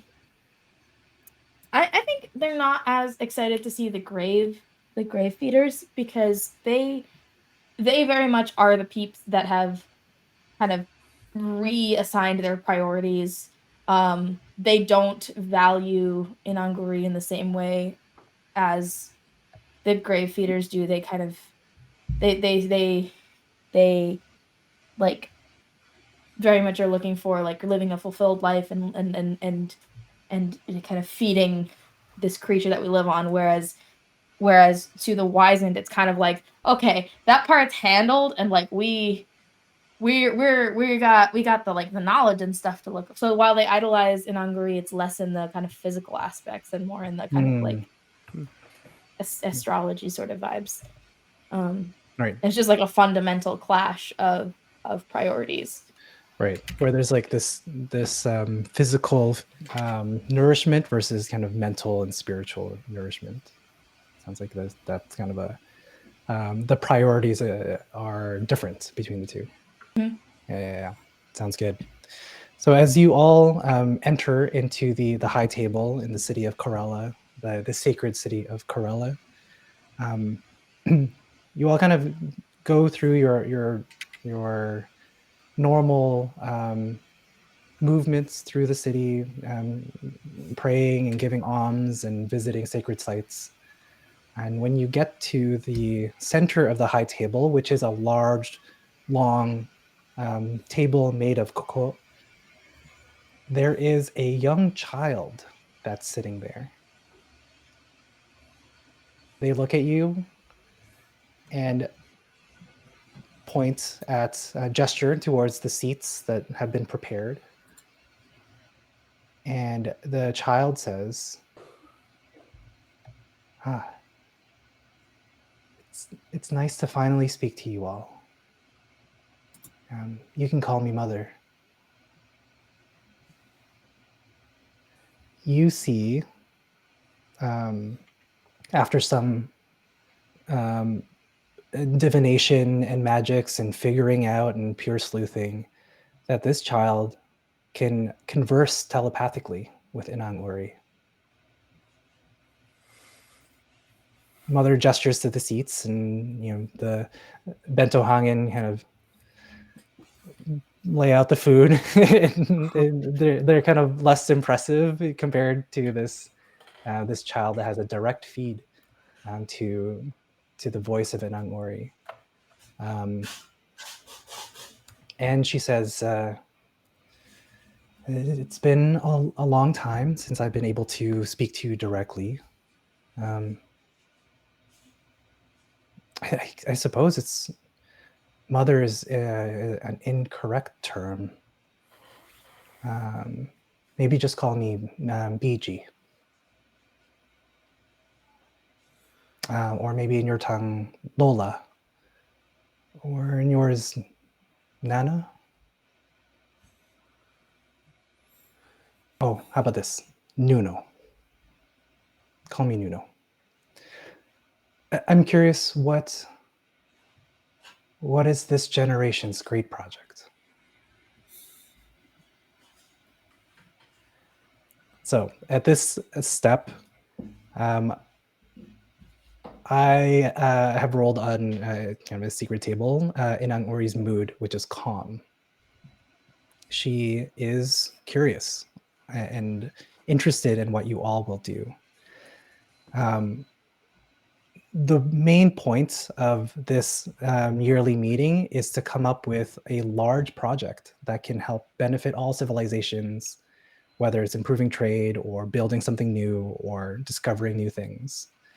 There is a pool of resources called a community resources that everybody can use. We have the community resources equals 1, and everybody's resource that they have is 3. So you all have 3 resources to use. How you use these resources is to put them either towards the community resource, which is the main kind of pool of resources that the big project can pull from. So the one that is directly linked to the health and well-being and defense of Inang-Uri. It can only pull from community resources. You can also create a faction project, so something that is only specifically for your faction. That'll give you small benefits, but perhaps the health and well-being of Inang-Uri is not your concern right now. You can also do a secondary community project, which is not the big one, but one that you propose. Maybe it's a counter to the big community project, or maybe it's something that is really important to you, but not directly helpful to Inang-Uri, but not, you're positioning it so that it is more community focused rather than factional. The way that we resolve these projects is by rolling a d6, and however many resources you put into it, that's the number you have to roll under. Mm-hmm. So since there is no one is the kind of core the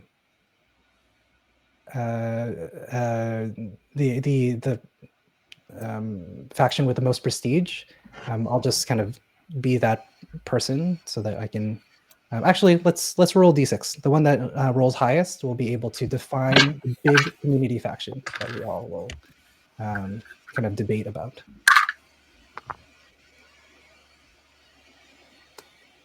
I see a 5. I see 4s. I got 1. Zoe, what did you get? 3. And I also got a 3. So the wizened. No. Very good. Big community project. This feels pretty appropriate, since there is this kind of mystical connection to Inang-Uri that's literally sitting in front of you. Mm-hmm. So we don't have to define that project right now, but you are the one that gets to propose the big thing that we can all kind of focus on. Now, if the project is successful and Inang-Uri heals, you get some prestige and more resources. If it fails, then Inang-Uri is hurt. She has an HP of 3 in total. Okay. So I'm just going to actually write that here. Can she overheal? So can she like get 4? No. Okay. We have 3 strikes. We have 3 strikes.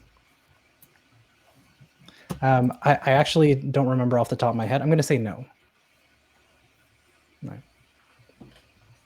Dokui. Yeah. So you can also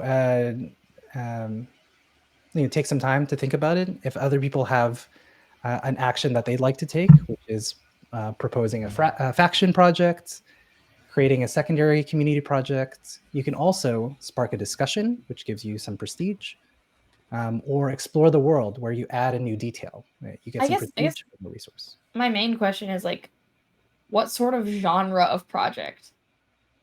Like what, like, do you have a potential like example that we could? It's pretty wide. It could be discovering how this person is able to communicate with Inang-Uri. Okay. That could be like a project. It could be deifying the child.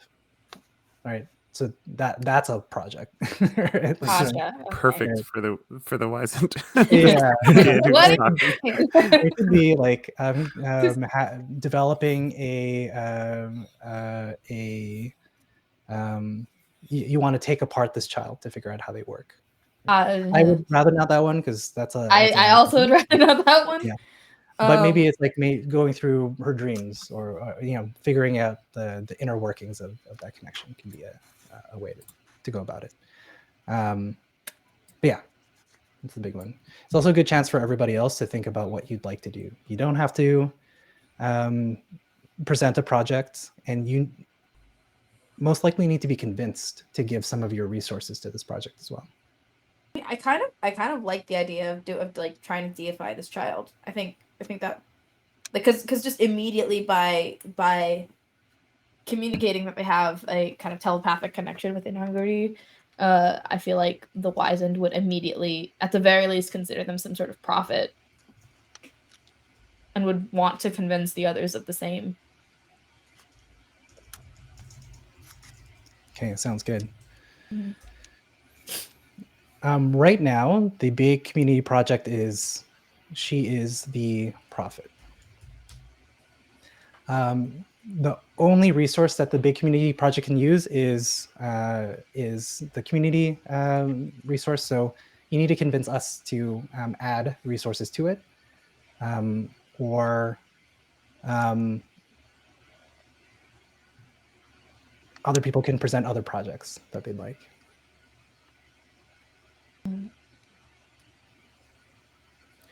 Well, can we go in any order here? Any order. Because the Shivrama would spark a discussion here. You'd like to spark a discussion. Great. We get 2 actions per generation. Is that right? Yep. So we'll start with this one. They are going to advocate for this project, and they say, what's the vibe here? Am I talking in character? Can I play a member of this? Okay, so a member of the Shivrama, one of the older ones that has been around for a while, will say, "We have wondered for many years about the impact of our work collecting Kuko from Inang-Uri, and it would be helpful for us to know what is good for her and what is bad for her, and are we helping or are we harming?" I'm going to advocate for for resources to be put towards this project.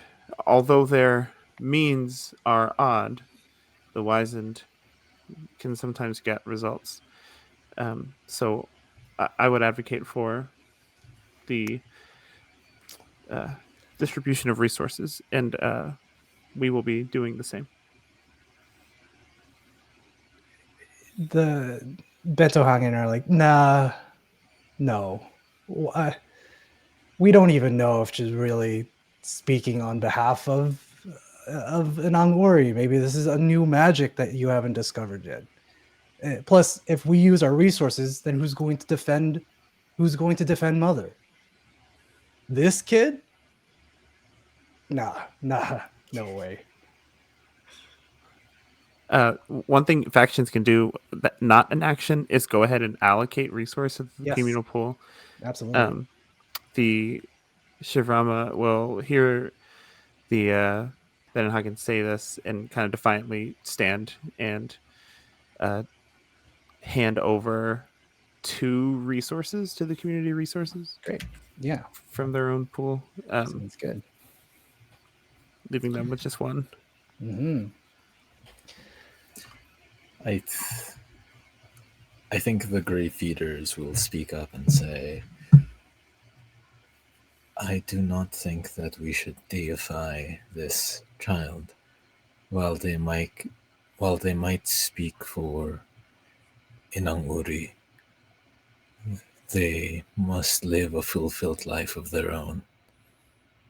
I would like to allocate a few of our resources to knowing exactly who this speaker is, so that we may move from there. Sounds good. So it's a new secondary community project is Who Is She Really? And how many resources are you allotting to that, Gravediggers? The Grey Feeders will Oh, allocate Grave 2 Feeders. as well. 2. Amazing.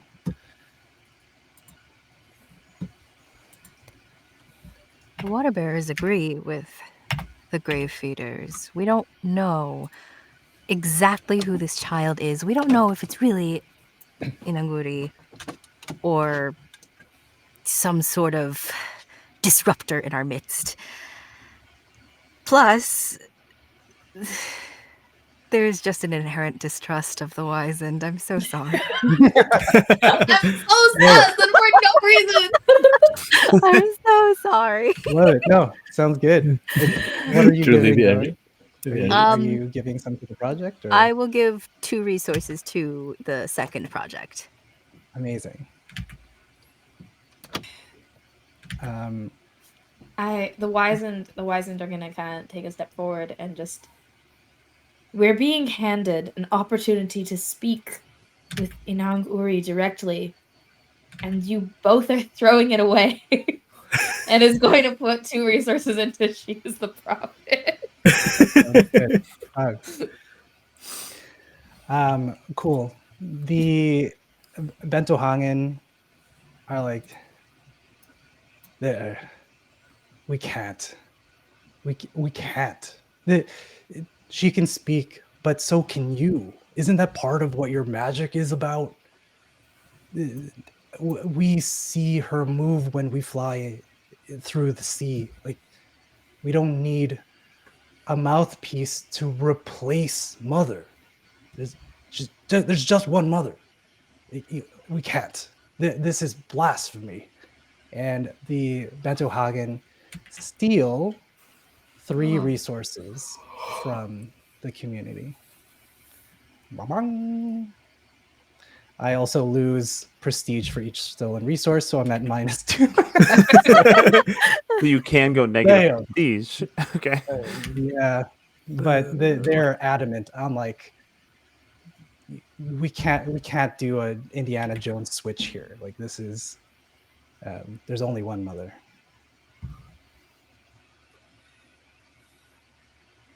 All right. It seems like resources have been allotted, arguments have been made, actions have been taken. So let's resolve. So let's go backwards.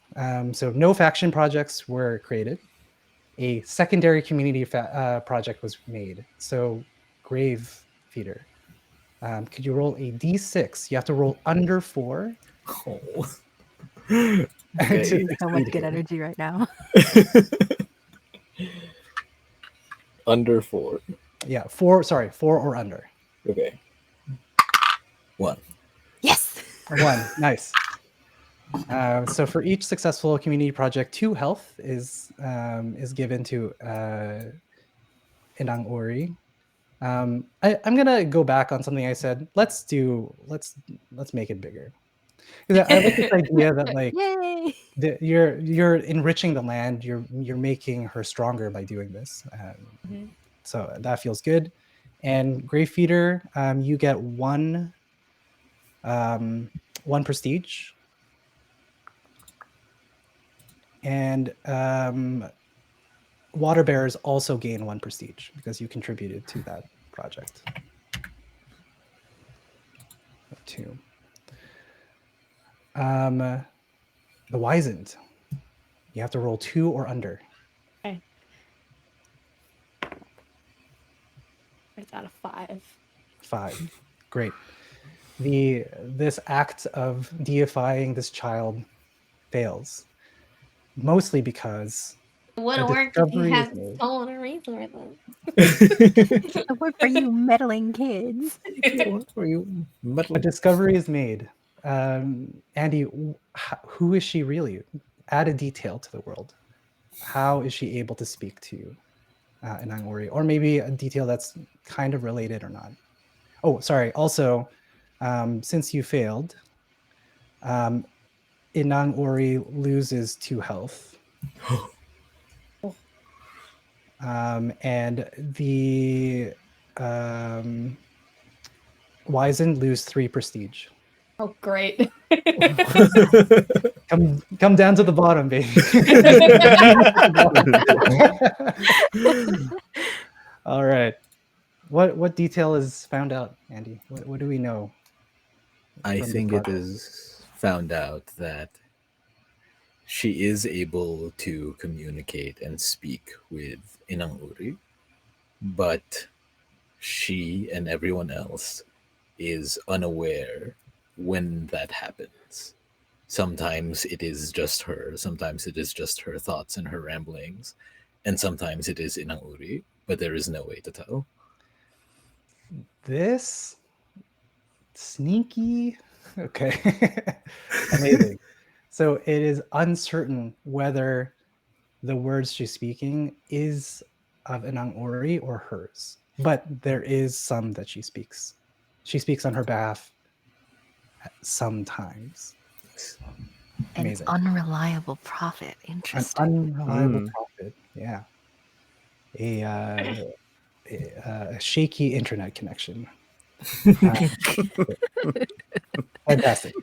I'm just imagining someone being all like, I speak on behalf. Wait. I speak on behalf. The Lorax, but only sometimes. Yeah. I speak for these trees, but not these. These trees aren't Those really willing to trees- talk to me right now. Yeah. Sometimes. We don't talk about the other ones. Yeah. The white birch? No, not those trees. Okay, amazing. So I think what happens here is that this meeting ends, and people go back to their factions with new animosities and new uncertainties. This girl fades into kind of obscurity because she cries wolf. We're not sure when or why to trust her. So her gift, no matter how raw, and the opportunity to refine that gift fades into the distance. The annals of history. A new high table is called, and new projects are presented. Let's say, because it's real bad. That is an adorable drawing, by the way. Yeah, I love it. It's so cute. I'm gonna roll evens and or odds.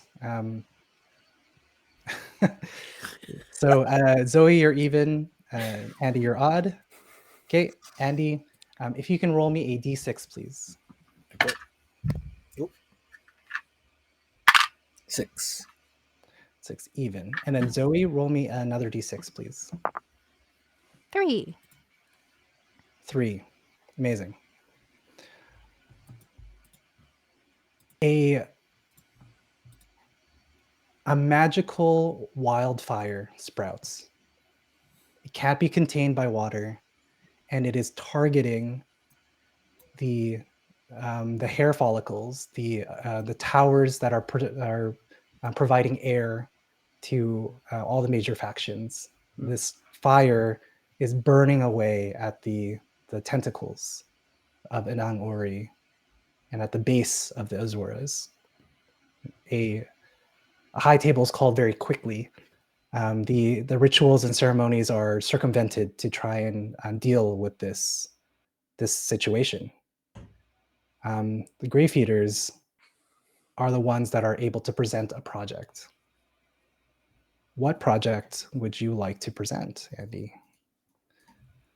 We can have a discussion here too. We don't have to go right into it. We can Really quick question. The many-armed one, that's the Shivramas, right? Shivrama.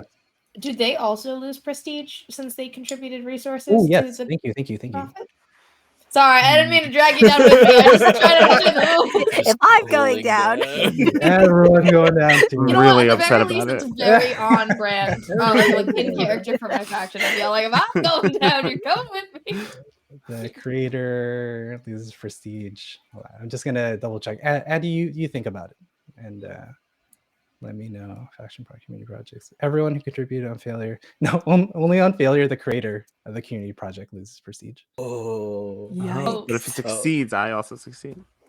I see how it is. Everyone I just- see how it is. Everyone's just gonna be coattailing it. They're Yeah, it's just quiet like, there's about it. no risk. Let's It's have a like, discussion. wow, I can't believe they started that project.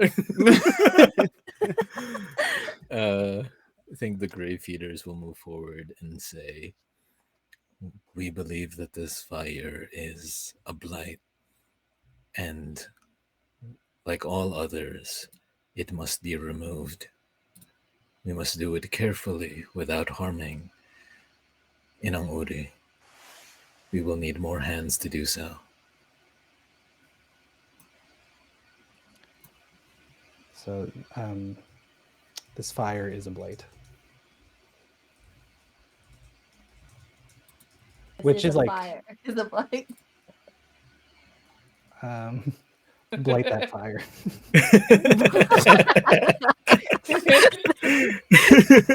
I love it. That's really heavy coming from the Grave Eaters who deal with blight. Like this is a sickness. It's not just a infrastructural problem. It is something that will eat away at Inang-Uri.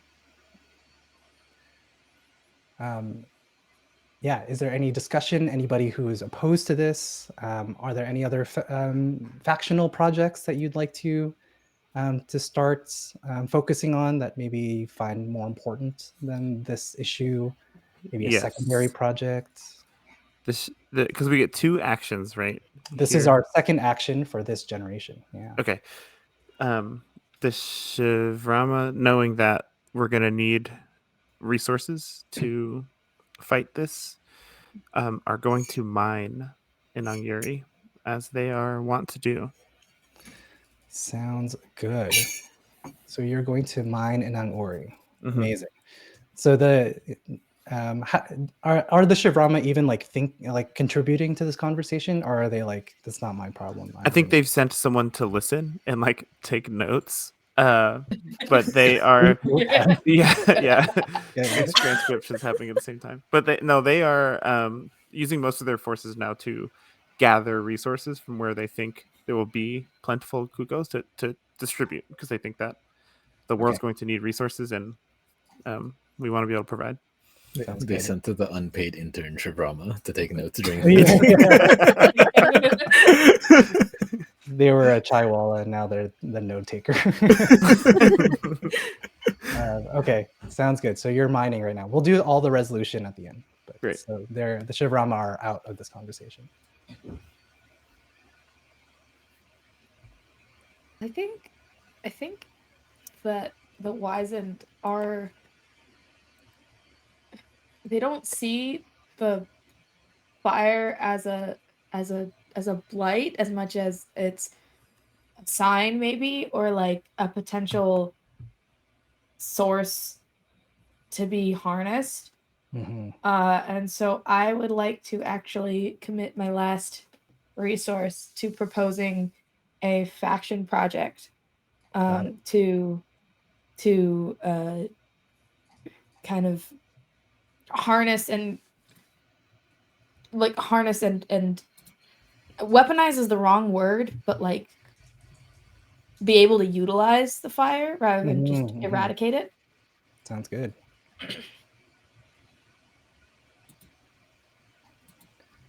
Okay, what's the water bearers doing? These are two valuable projects because, you know, we don't want our home to literally go up in flames. However, if we can harness the fire, that could be very productive for work. So I think we have to explore the world to figure out where to allocate our resources. Great. Um, Water bearer Zoe, you can either give me two new details about the world scenario, like two new things about this fire in particular, or one new detail um, about Inang-Uri. Ooh, I think two new details about the world scenario. I think the fire is it's interesting. A fire underwater. Mm-hmm. It's like Greek fire. I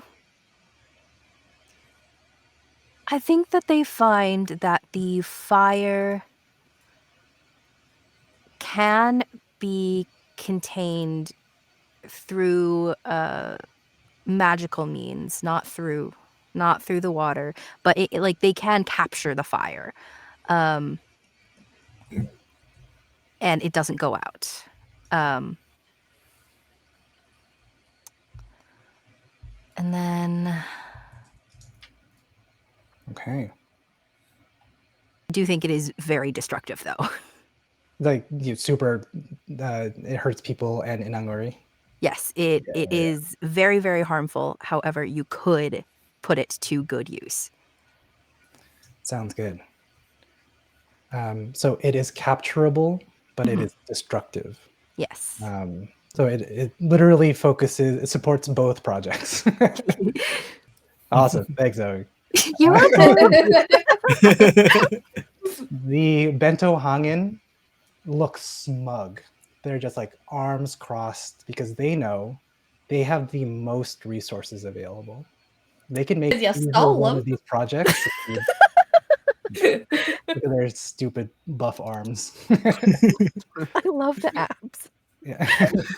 They look at the two of you and say, convince me.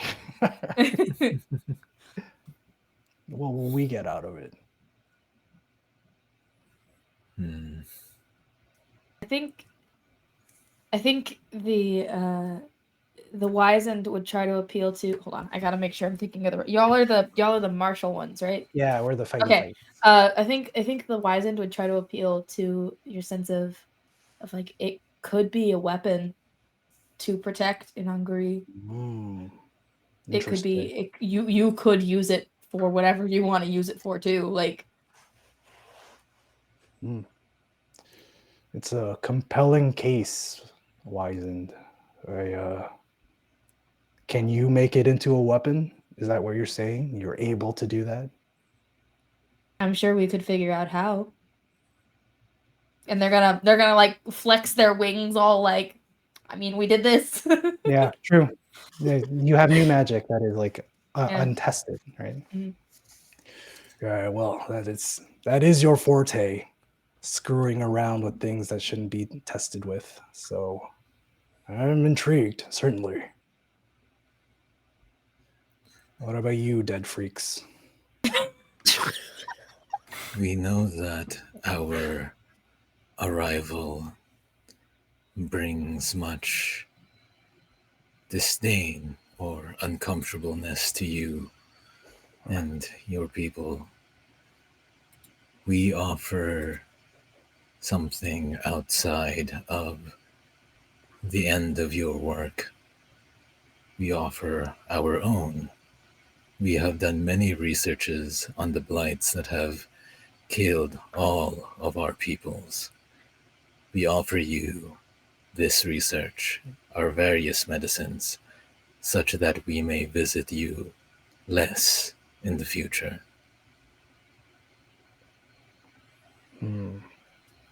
How about this? Is medicine or weapons? We need both. How many resources would you give me in the next high table for my support?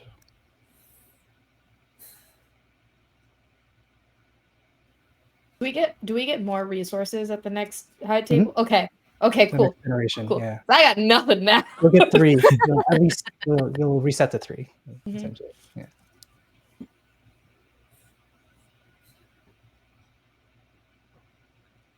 I'm here. Depends on what we have available. But at the very least, we can help support your cause.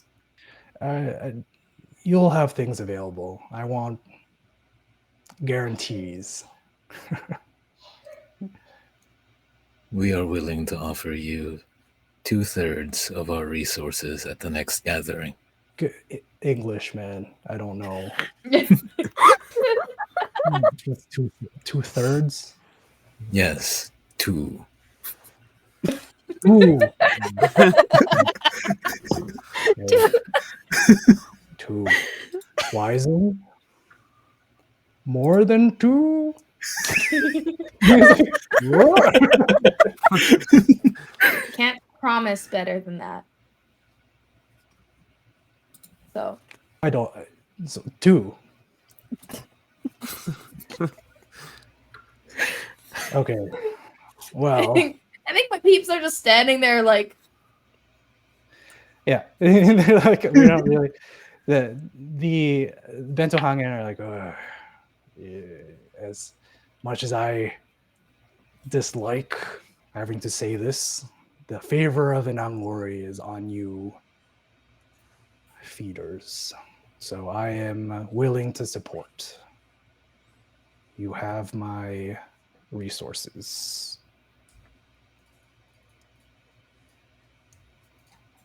Great. Oop. It goes down to 2. I was Yeah, like, my brain cell may be dead, but I can math. Yeah. I like the idea of the Bentohangen not knowing how to do math and having more resources than they Most think they do.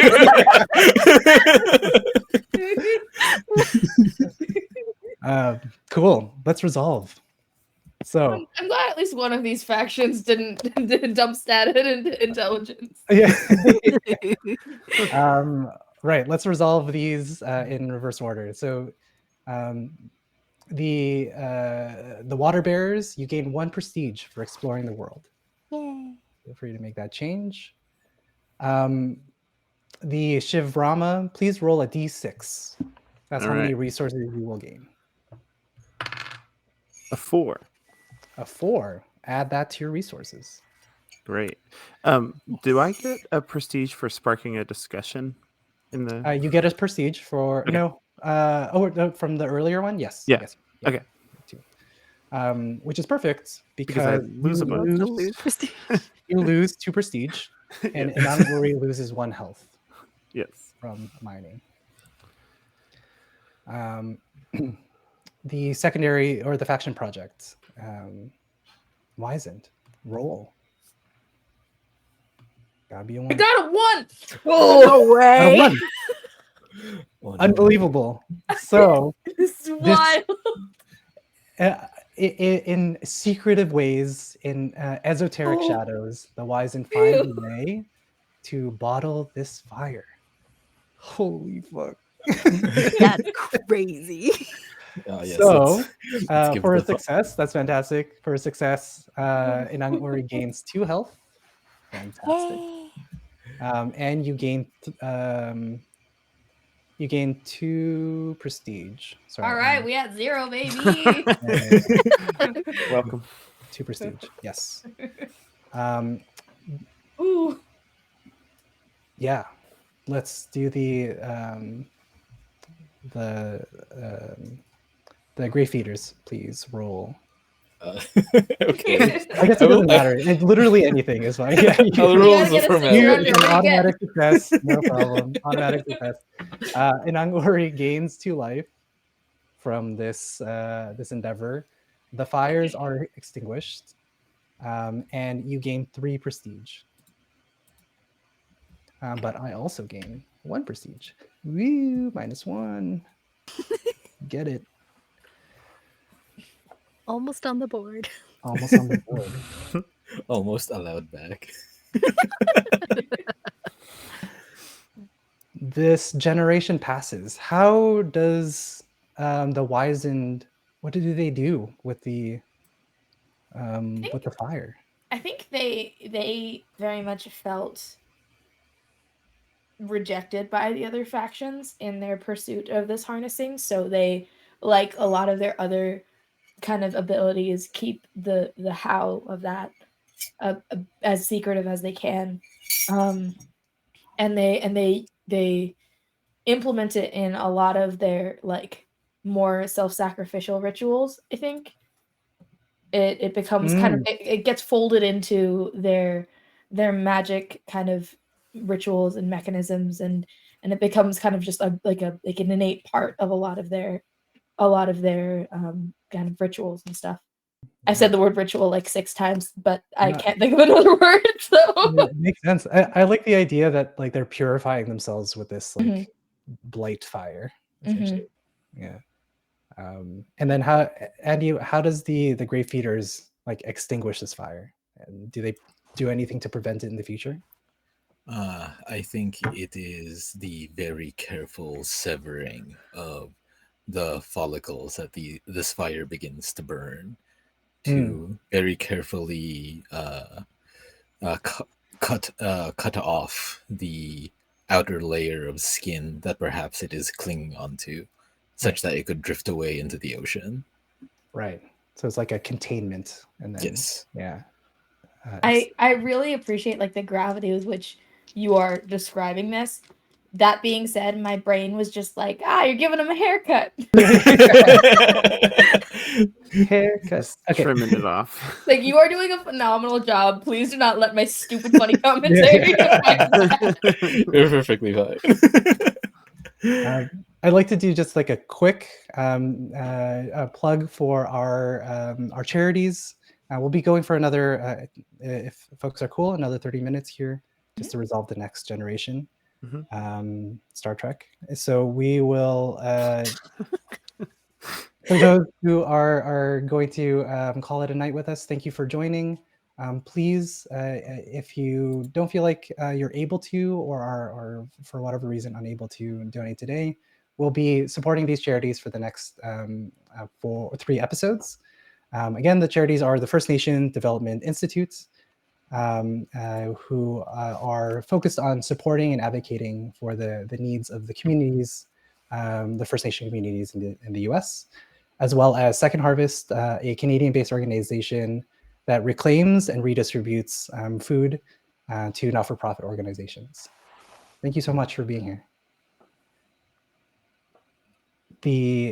Before we jump into the next generation, would anyone like to pose an accusation? Who this means they can accuse a person for being a traitor. That person can't be the most prestigious faction. They can't gain resources from projects. They can't mine Inang-Uri. They can't steal resources, and they can't create community projects. You're like, I'm not immediately suspicious of anyone specifically. I think as a faction, I am very planted in my hatred for for the hold on. The Bentohagen? For the Bentohagen. Yeah. But like, if we're going off of like who has hurt Inang-Uri, a couple of different factions have done that, and so I think that the Wizened are very much like at the Bentohagen, but not officially making an accusation. Sounds good. All right. Stealing those resources. Yeah. But they were put back. Strategy. That was the other reason why I think the Wizened wouldn't officially like accuse, is because you took them, but you put them back. Like, you very much are like still working towards the betterment of Inang-Uri. So like, and they can't do math. Maybe it was an accident. It was an accident. That one. It said take only one, and they weren't sure what that meant. I think as a whole, though, the Wizened are feeling very kind of isolated from the other factions, more so than they did going into this meeting. Totally. This generation, this era of leaders fades into history.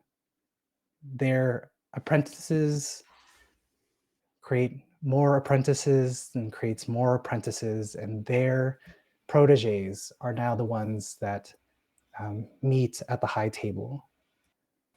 Before, you would see the fashions and postures and gestures of the leaders morph and change. The bento hangen, for example, are wearing much more gold. They are much more decorated and a little bit less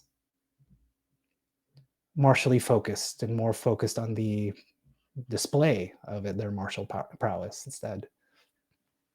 For example, a new issue arises that brings the high table together.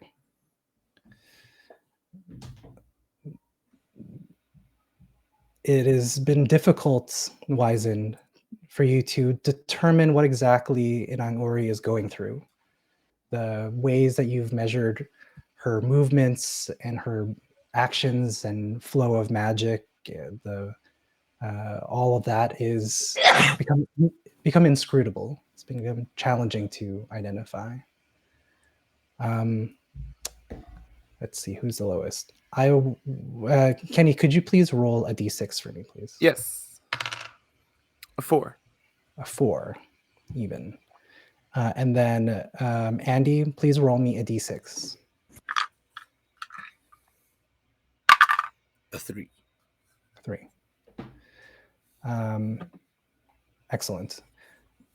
Everybody who, so your resources are refreshed. I'm actually unsure if the refresh, it resets to its default value. So everybody goes down to 3 resources.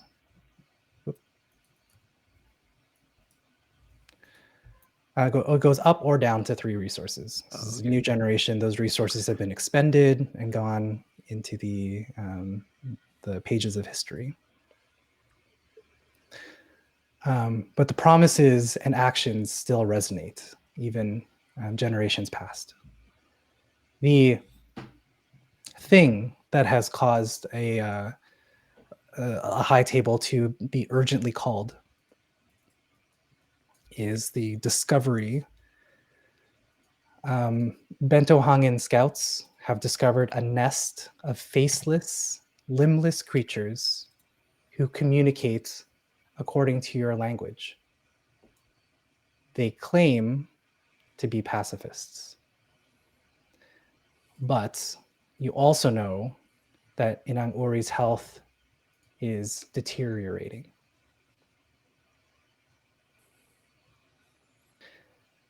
The actions resonate and echo through history. The Grave Feeders are still the ones that hold the most prestige. What project do they present? I think the Grave Eaters, looking through their history past for a solution, are going to bring up, once before we did find strange newcomers to our lands of strange abilities back then, and to find their identity was where we were able to find security and safety for all of us in Inang-Uri. I think to do the same now would prove intelligent. We must know who these people are, if they have any connections to visitors before or to inhabitants of now.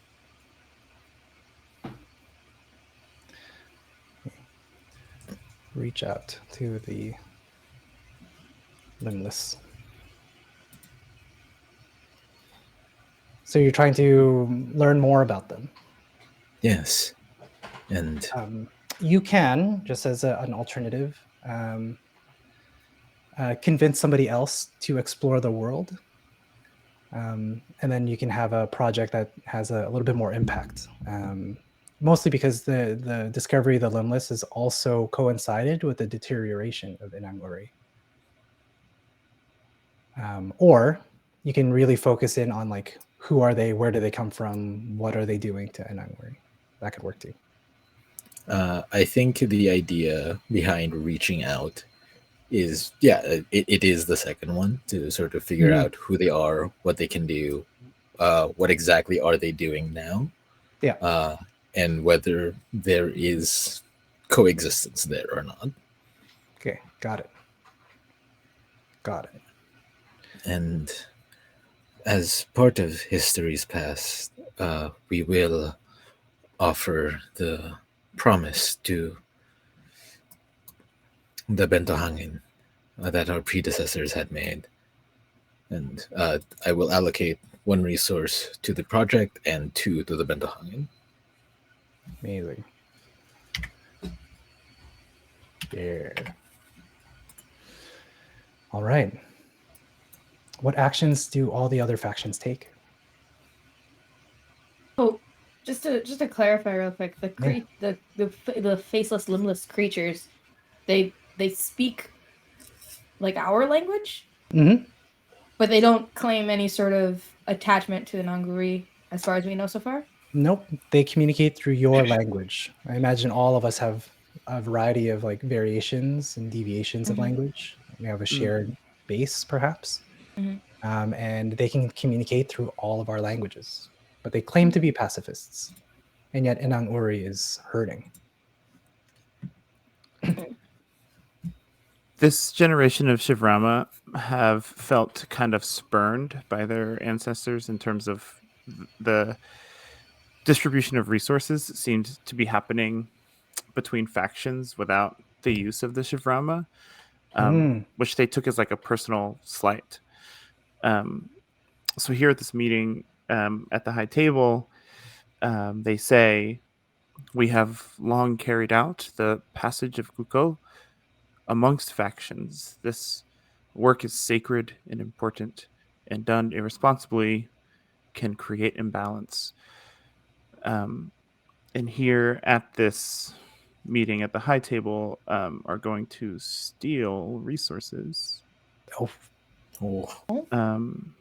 from the Bentohangin? Bentohagen. The maximum Mother. amount 3. How We're going many? to take the maximum amount, which is 3. Take -3. Holy. Ooh. My suspicions are growing.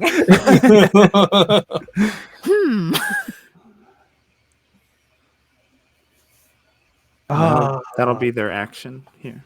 Okay, fantastic. So I'm just gonna write steal. Well, I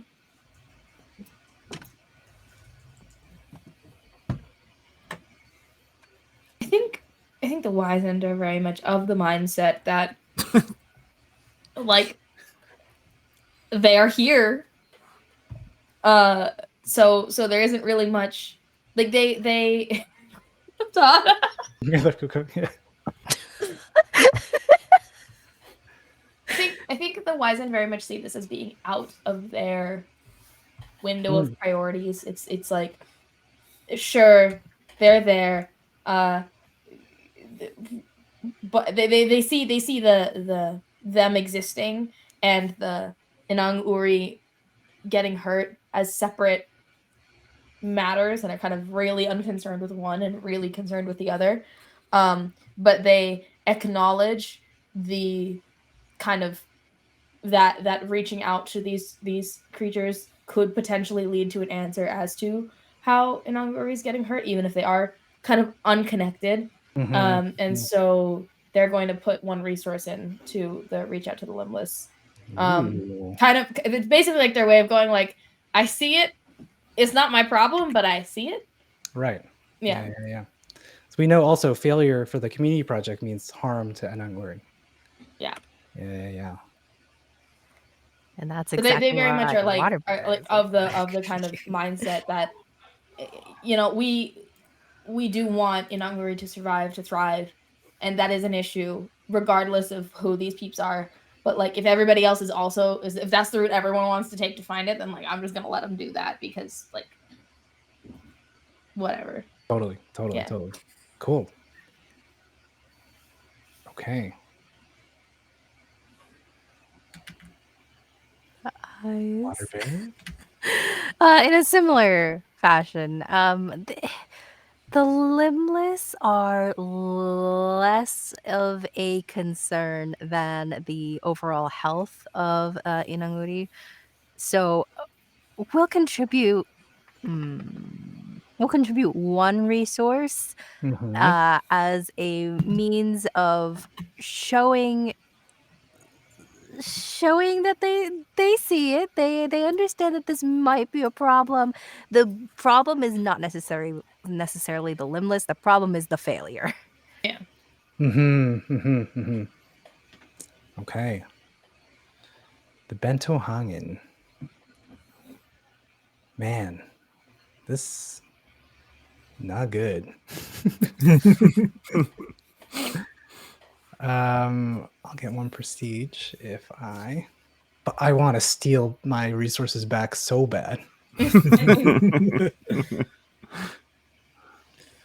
Negative 4 prestige. Pretty low.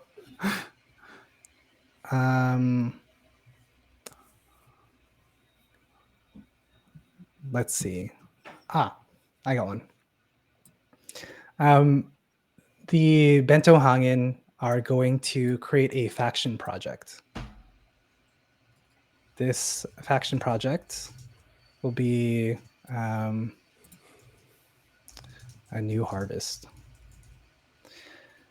Is that in they're flying around in the great expanse of the ocean. They've discovered a new resource, and they want to circumvent the reliance on Kuko to this new resource. I need to think of a name for it still, but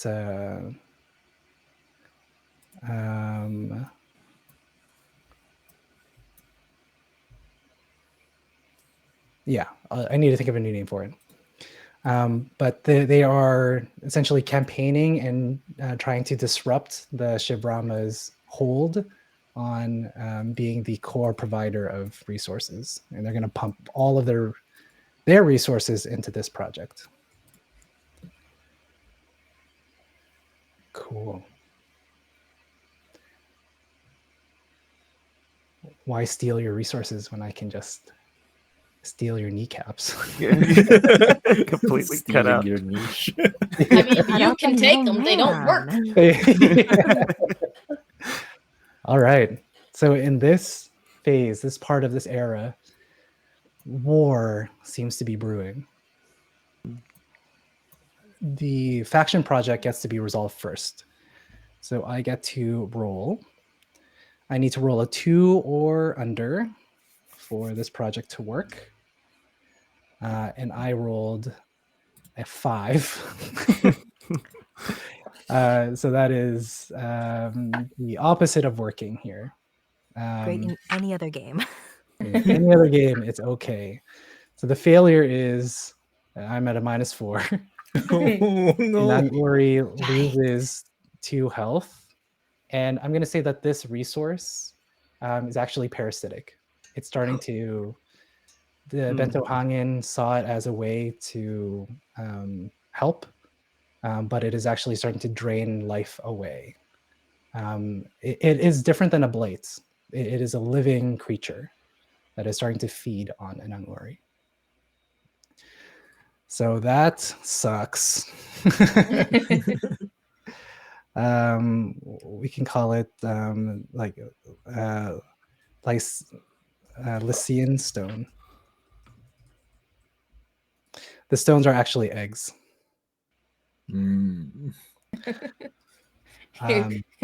It's giant petrified lice, guys. Yeah, essentially. Found these cool rocks. Could You use them as found these money. little rocks. Find them in the ground. Great. So that goes through, and the only other thing to resolve in this era is the community project. So please, Andy, roll me a d6. That's a 1. Oh, thank goodness. Again. One. So good. So tell me about what you learn about when you reach out to the limbless. Give me a detail. What is their connection? Yeah, tell me about it. I think when an expedition is brought out to reach out to the limbless, it is discovered that they do have connection to the child from history's past. It appears that the thought, the very mind of Inang-Uri from way back then had begun to take physical form. The reason that child was only able to speak to Inang-Uri in fractions was because they themselves were a fraction, and that is what these new people are. They are thoughts given form, fractured, and because they are fractured, that is what is harming. To teach them to communicate with each other and with us is the way to marry and consolidate these thoughts back away from a broken mind. Mm. Can we say that a new faction is created? Yes. I'll leave you to naming this faction. They can just be called the Limbless. That's fine. I think the Limbless is fine for their name. Okay. The Limbless. Okay, amazing. Sorry, just checking on. Yeah, looking good. Okay. The last phase. This is where this will be the world that our characters, your characters, will be living in. The doom will arrive in this moment. Zoe. How much prestige do we get for that community project going? Oh, sorry. You each get one. And then Very important. whoever contributed, and then Andy, you get 3. So you're up at 8. This feels I'm appropriate. very invested in this one character. It's like they have to like me a little bit. I hope you like me, guys. Let's actually do this. Fish, could you roll me a d6, please? Yes, I can. 2. Great. And then Zoe, roll me a d6, please. 1. 1. Okay. Whew. Again, I don't like your tone. And then, oh, truly. Kenny, could you roll me another d6? Okay. That's a lot of rolling. 3. It's a 2. A 2. And then Andy, roll me a d6, please. Oh, come on. Another Okay. That's a lot of d6s, but 2. 2. a Fantastic. collective 6 amongst all 4 of us. Maybe low is good. Low has been Oh, good. no. Right? Oh, what? Oh, no. Wait, no. My dude. My dude. Wait, I dislike this. I dislike Come back. Bro. this. Why are we here? Inang-Uri has begun her cyclical molting. Her skin starts to peel, new tentacles grow, new feathers emerge, fur and stripes in places that didn't have it before. She's changing and growing, and because of her old age, this might be one of her last molts, the last cycles. As she molts, all over her body, amongst in multiple places, you start to uncover corpses beneath her skin. And all around these corpses, a red mold appears. Where it touches, the red mold on these bodies appear. In some investigation, when the red mold touches Inang-Uri's skin, the deep, beautiful, life-giving skin beneath the feathers and the kuko and the fur, small creatures emerge. I didn't like that. It seems like the grave feeders hold the highest prestige. What project A would you lot like of to present? prestige. That's a lot of prestige. I think the grave feeders during the high table meeting seem deeply hurt as a people. And they will open with saying, "We do not know where these graves originated from. We are hurt and confused because it would mean that there are people that have chosen to forgo the sacred funeral rites, and now doing so has brought blight to Inang-Uri, a blight that we were meant to prevent. We have not the resources to fight this ourselves, but we do have the people. We wish to gather these bodies and provide them with the proper cleaning and the rites, such that they may be purged from our home, from Inang-Uri."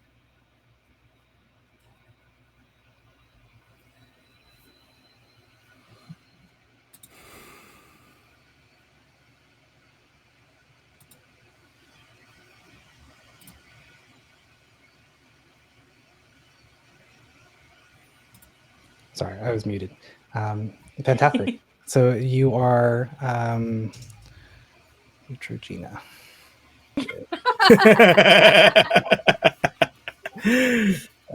You are trying to reclaim these bodies, give them the proper passage into the next world, as well as fight this blight that your organization, your faction, has been doing for centuries or for generations. So Excuse you. is I this would like to propose a counter project. I am Do a it. purely Vaseline and vapor rub household. Sleep it off. is this a You'll be community project? That is the community project, yes. Okay, okay. The primary community project, yes. You unfortunately don't have any resources to commit to it. So you'll be rolling with whatever's in our pool, which is 1. Yes. Yeah. I do. Do I still have an action or no? I believe that is your action. Okay. Yeah. It's the action that you want because it gives you the most stuff back. Hence the jockeying. But is there something that you'd like to do? No, not really. The only thought I had was whether it would be an action to sort of send out the grave feeders on this new grand pilgrimage to purge a blight that had been growing from underneath their noses. The bento hangin have warmed to the grave feeders over time, and they will explore the world and bring along grave feeders with them. So it's kind of a joint efforts. I'll add 2 new details about the world scenario. That if the mold touches people, humanoids, same thing happens. Creatures emerge from people. And that in some places, the mold is becoming airborne. So factional cities are becoming much more susceptible. Question. Yeah. So we can do one of the actions and commit our resources to Yes. something. Yeah, absolutely. The Wizened are gonna explore the world. And they're gonna one of the 2 details is that the fire that we harnessed from earlier is helpful in sterilizing the mold from places. Mm-hmm. It is inherently damaging because it's fire, but it kind of it is helpful in addressing this specific issue. And then I didn't think of a second detail. I was just really excited about the one. Maybe over the course of the past however many generations it's been since the last conversation that we've had at this table, we've gotten significantly better at handling and manipulating this fire. So it's now we are not able to share it with other people, given that this is a much bigger issue than us.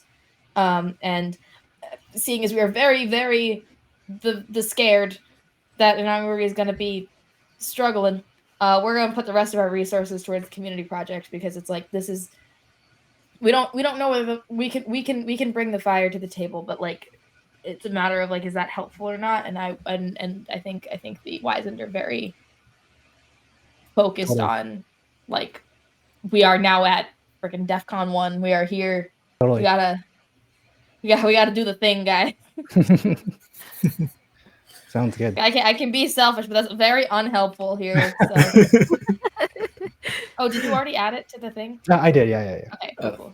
I love the Wizened like coming up to the table. It's like, hey, remember that fire we weren't supposed to keep? Yeah. Oh my god, they aren't shy about it either. Like, we kept the fire, but this is kind of more important than that. Yeah.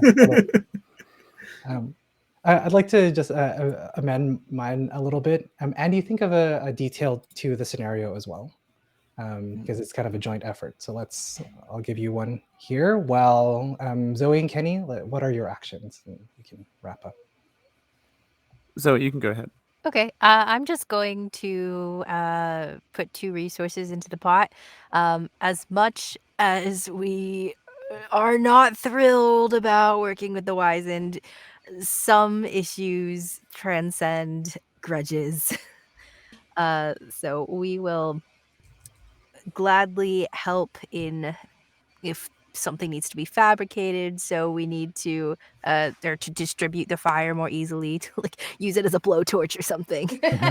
We'd be happy to help. Look, we got lanterns. We need a blowtorch. That's where the technology is at. Yeah, like a flamethrower. I think the detail that I would like to add is that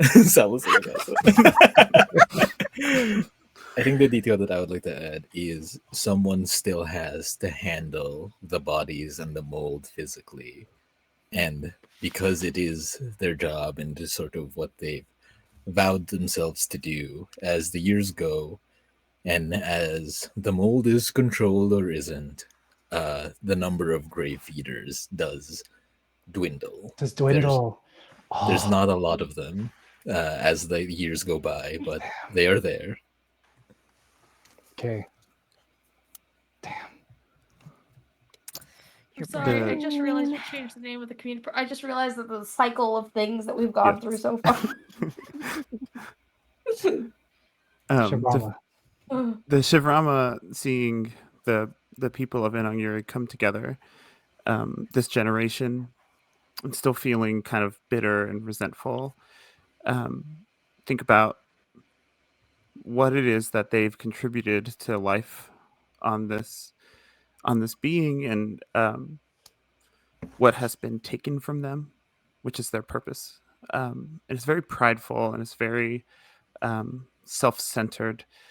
And as they are considering this and shaping their next move as a people, they think about their origin and how we all came to Inang-Uri from somewhere else. And so there must be somewhere else to go.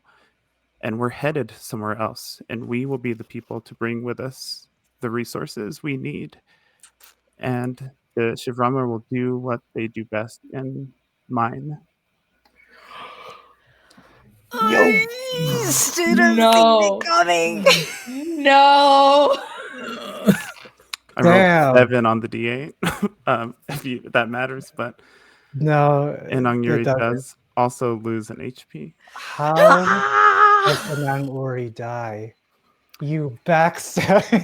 Without I should have seen it. I think the high table, the intern at the high table is kind of holding place there, while the Shivrama gather near the mysterious mask of Inang-Uri, and using their expertise and the tools they've developed over the years, they will pick away at this mask until the opening underneath is left exposed, and the mold that's been taking over eventually finds its way inside of Inang-Uri. I'm so sad. This is not who I am as a person. I just love one. I'm No, so I love it. I sad. love it. Oh my I goodness. can't. The mining. I was like, I'm most That's where I was at too. focused on you being the traitor, and then I was like, no, it's fine. Everything is fine, and then it was not fine. Here's the deal: Fish the person has very different suspicions than the wizened. Fish the person was like, it's either the Shivrama. All good. the The Bento bento Hangen. hangen. Bento Hangen, yeah. Thank you. Sorry, my brain is not with the names. I I was like, know, we're- and I was like, that's the name of a restaurant. Yeah. Bento Hangen That's where I or keep the going to. Shiramas. And like I was like, that's probably not the Bento Hangen, but also like the Wisens don't really care about the Shivramas very much. So like Yeah. it's just not on the radar. So Fish the person is like, but the Wisen are just kind of like, okay, whatever. It's gotta be the water bearers. Must be. You know, it's the northern waterbender tribe for sure. Oh So my goodness. as the owl mask cracks, a fissure expands out from its place and snakes down through the body of Inang-Uri. This island, this moon, this winged sanctuary, mother falls. The air bubbles around the cities, around these faction cities, pop. And untold masses are lost to the sea. Some are able to escape. The Bento Hangen and some of the Grey Feeders were on expedition. Some of them were able to fly past the boundary of the water back to an ancestral land, ?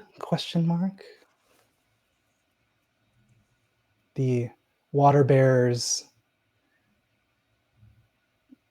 dedicated to the towers, the Azuras, perish. And the wizened who have this new power fill themselves with fire and fade into new horizons.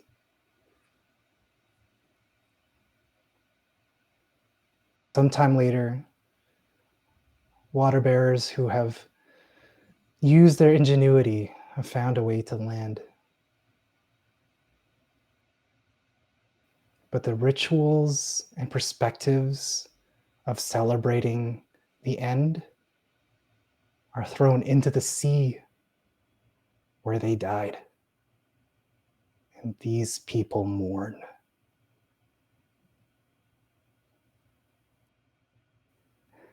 This is the world that your characters will enter. A doom is waiting for them. What will they do?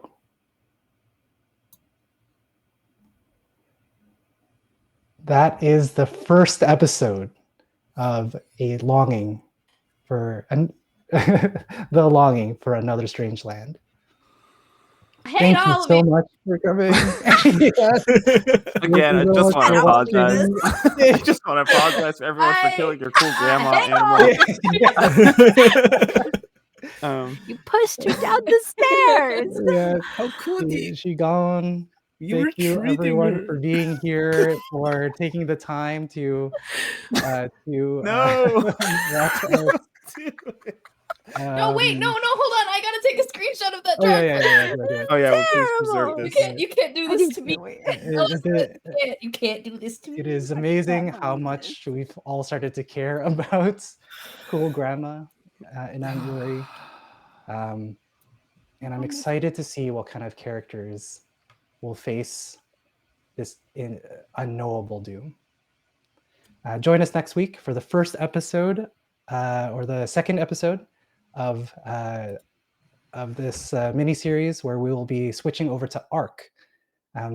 These will be characters who, in some way or another, have to face the end.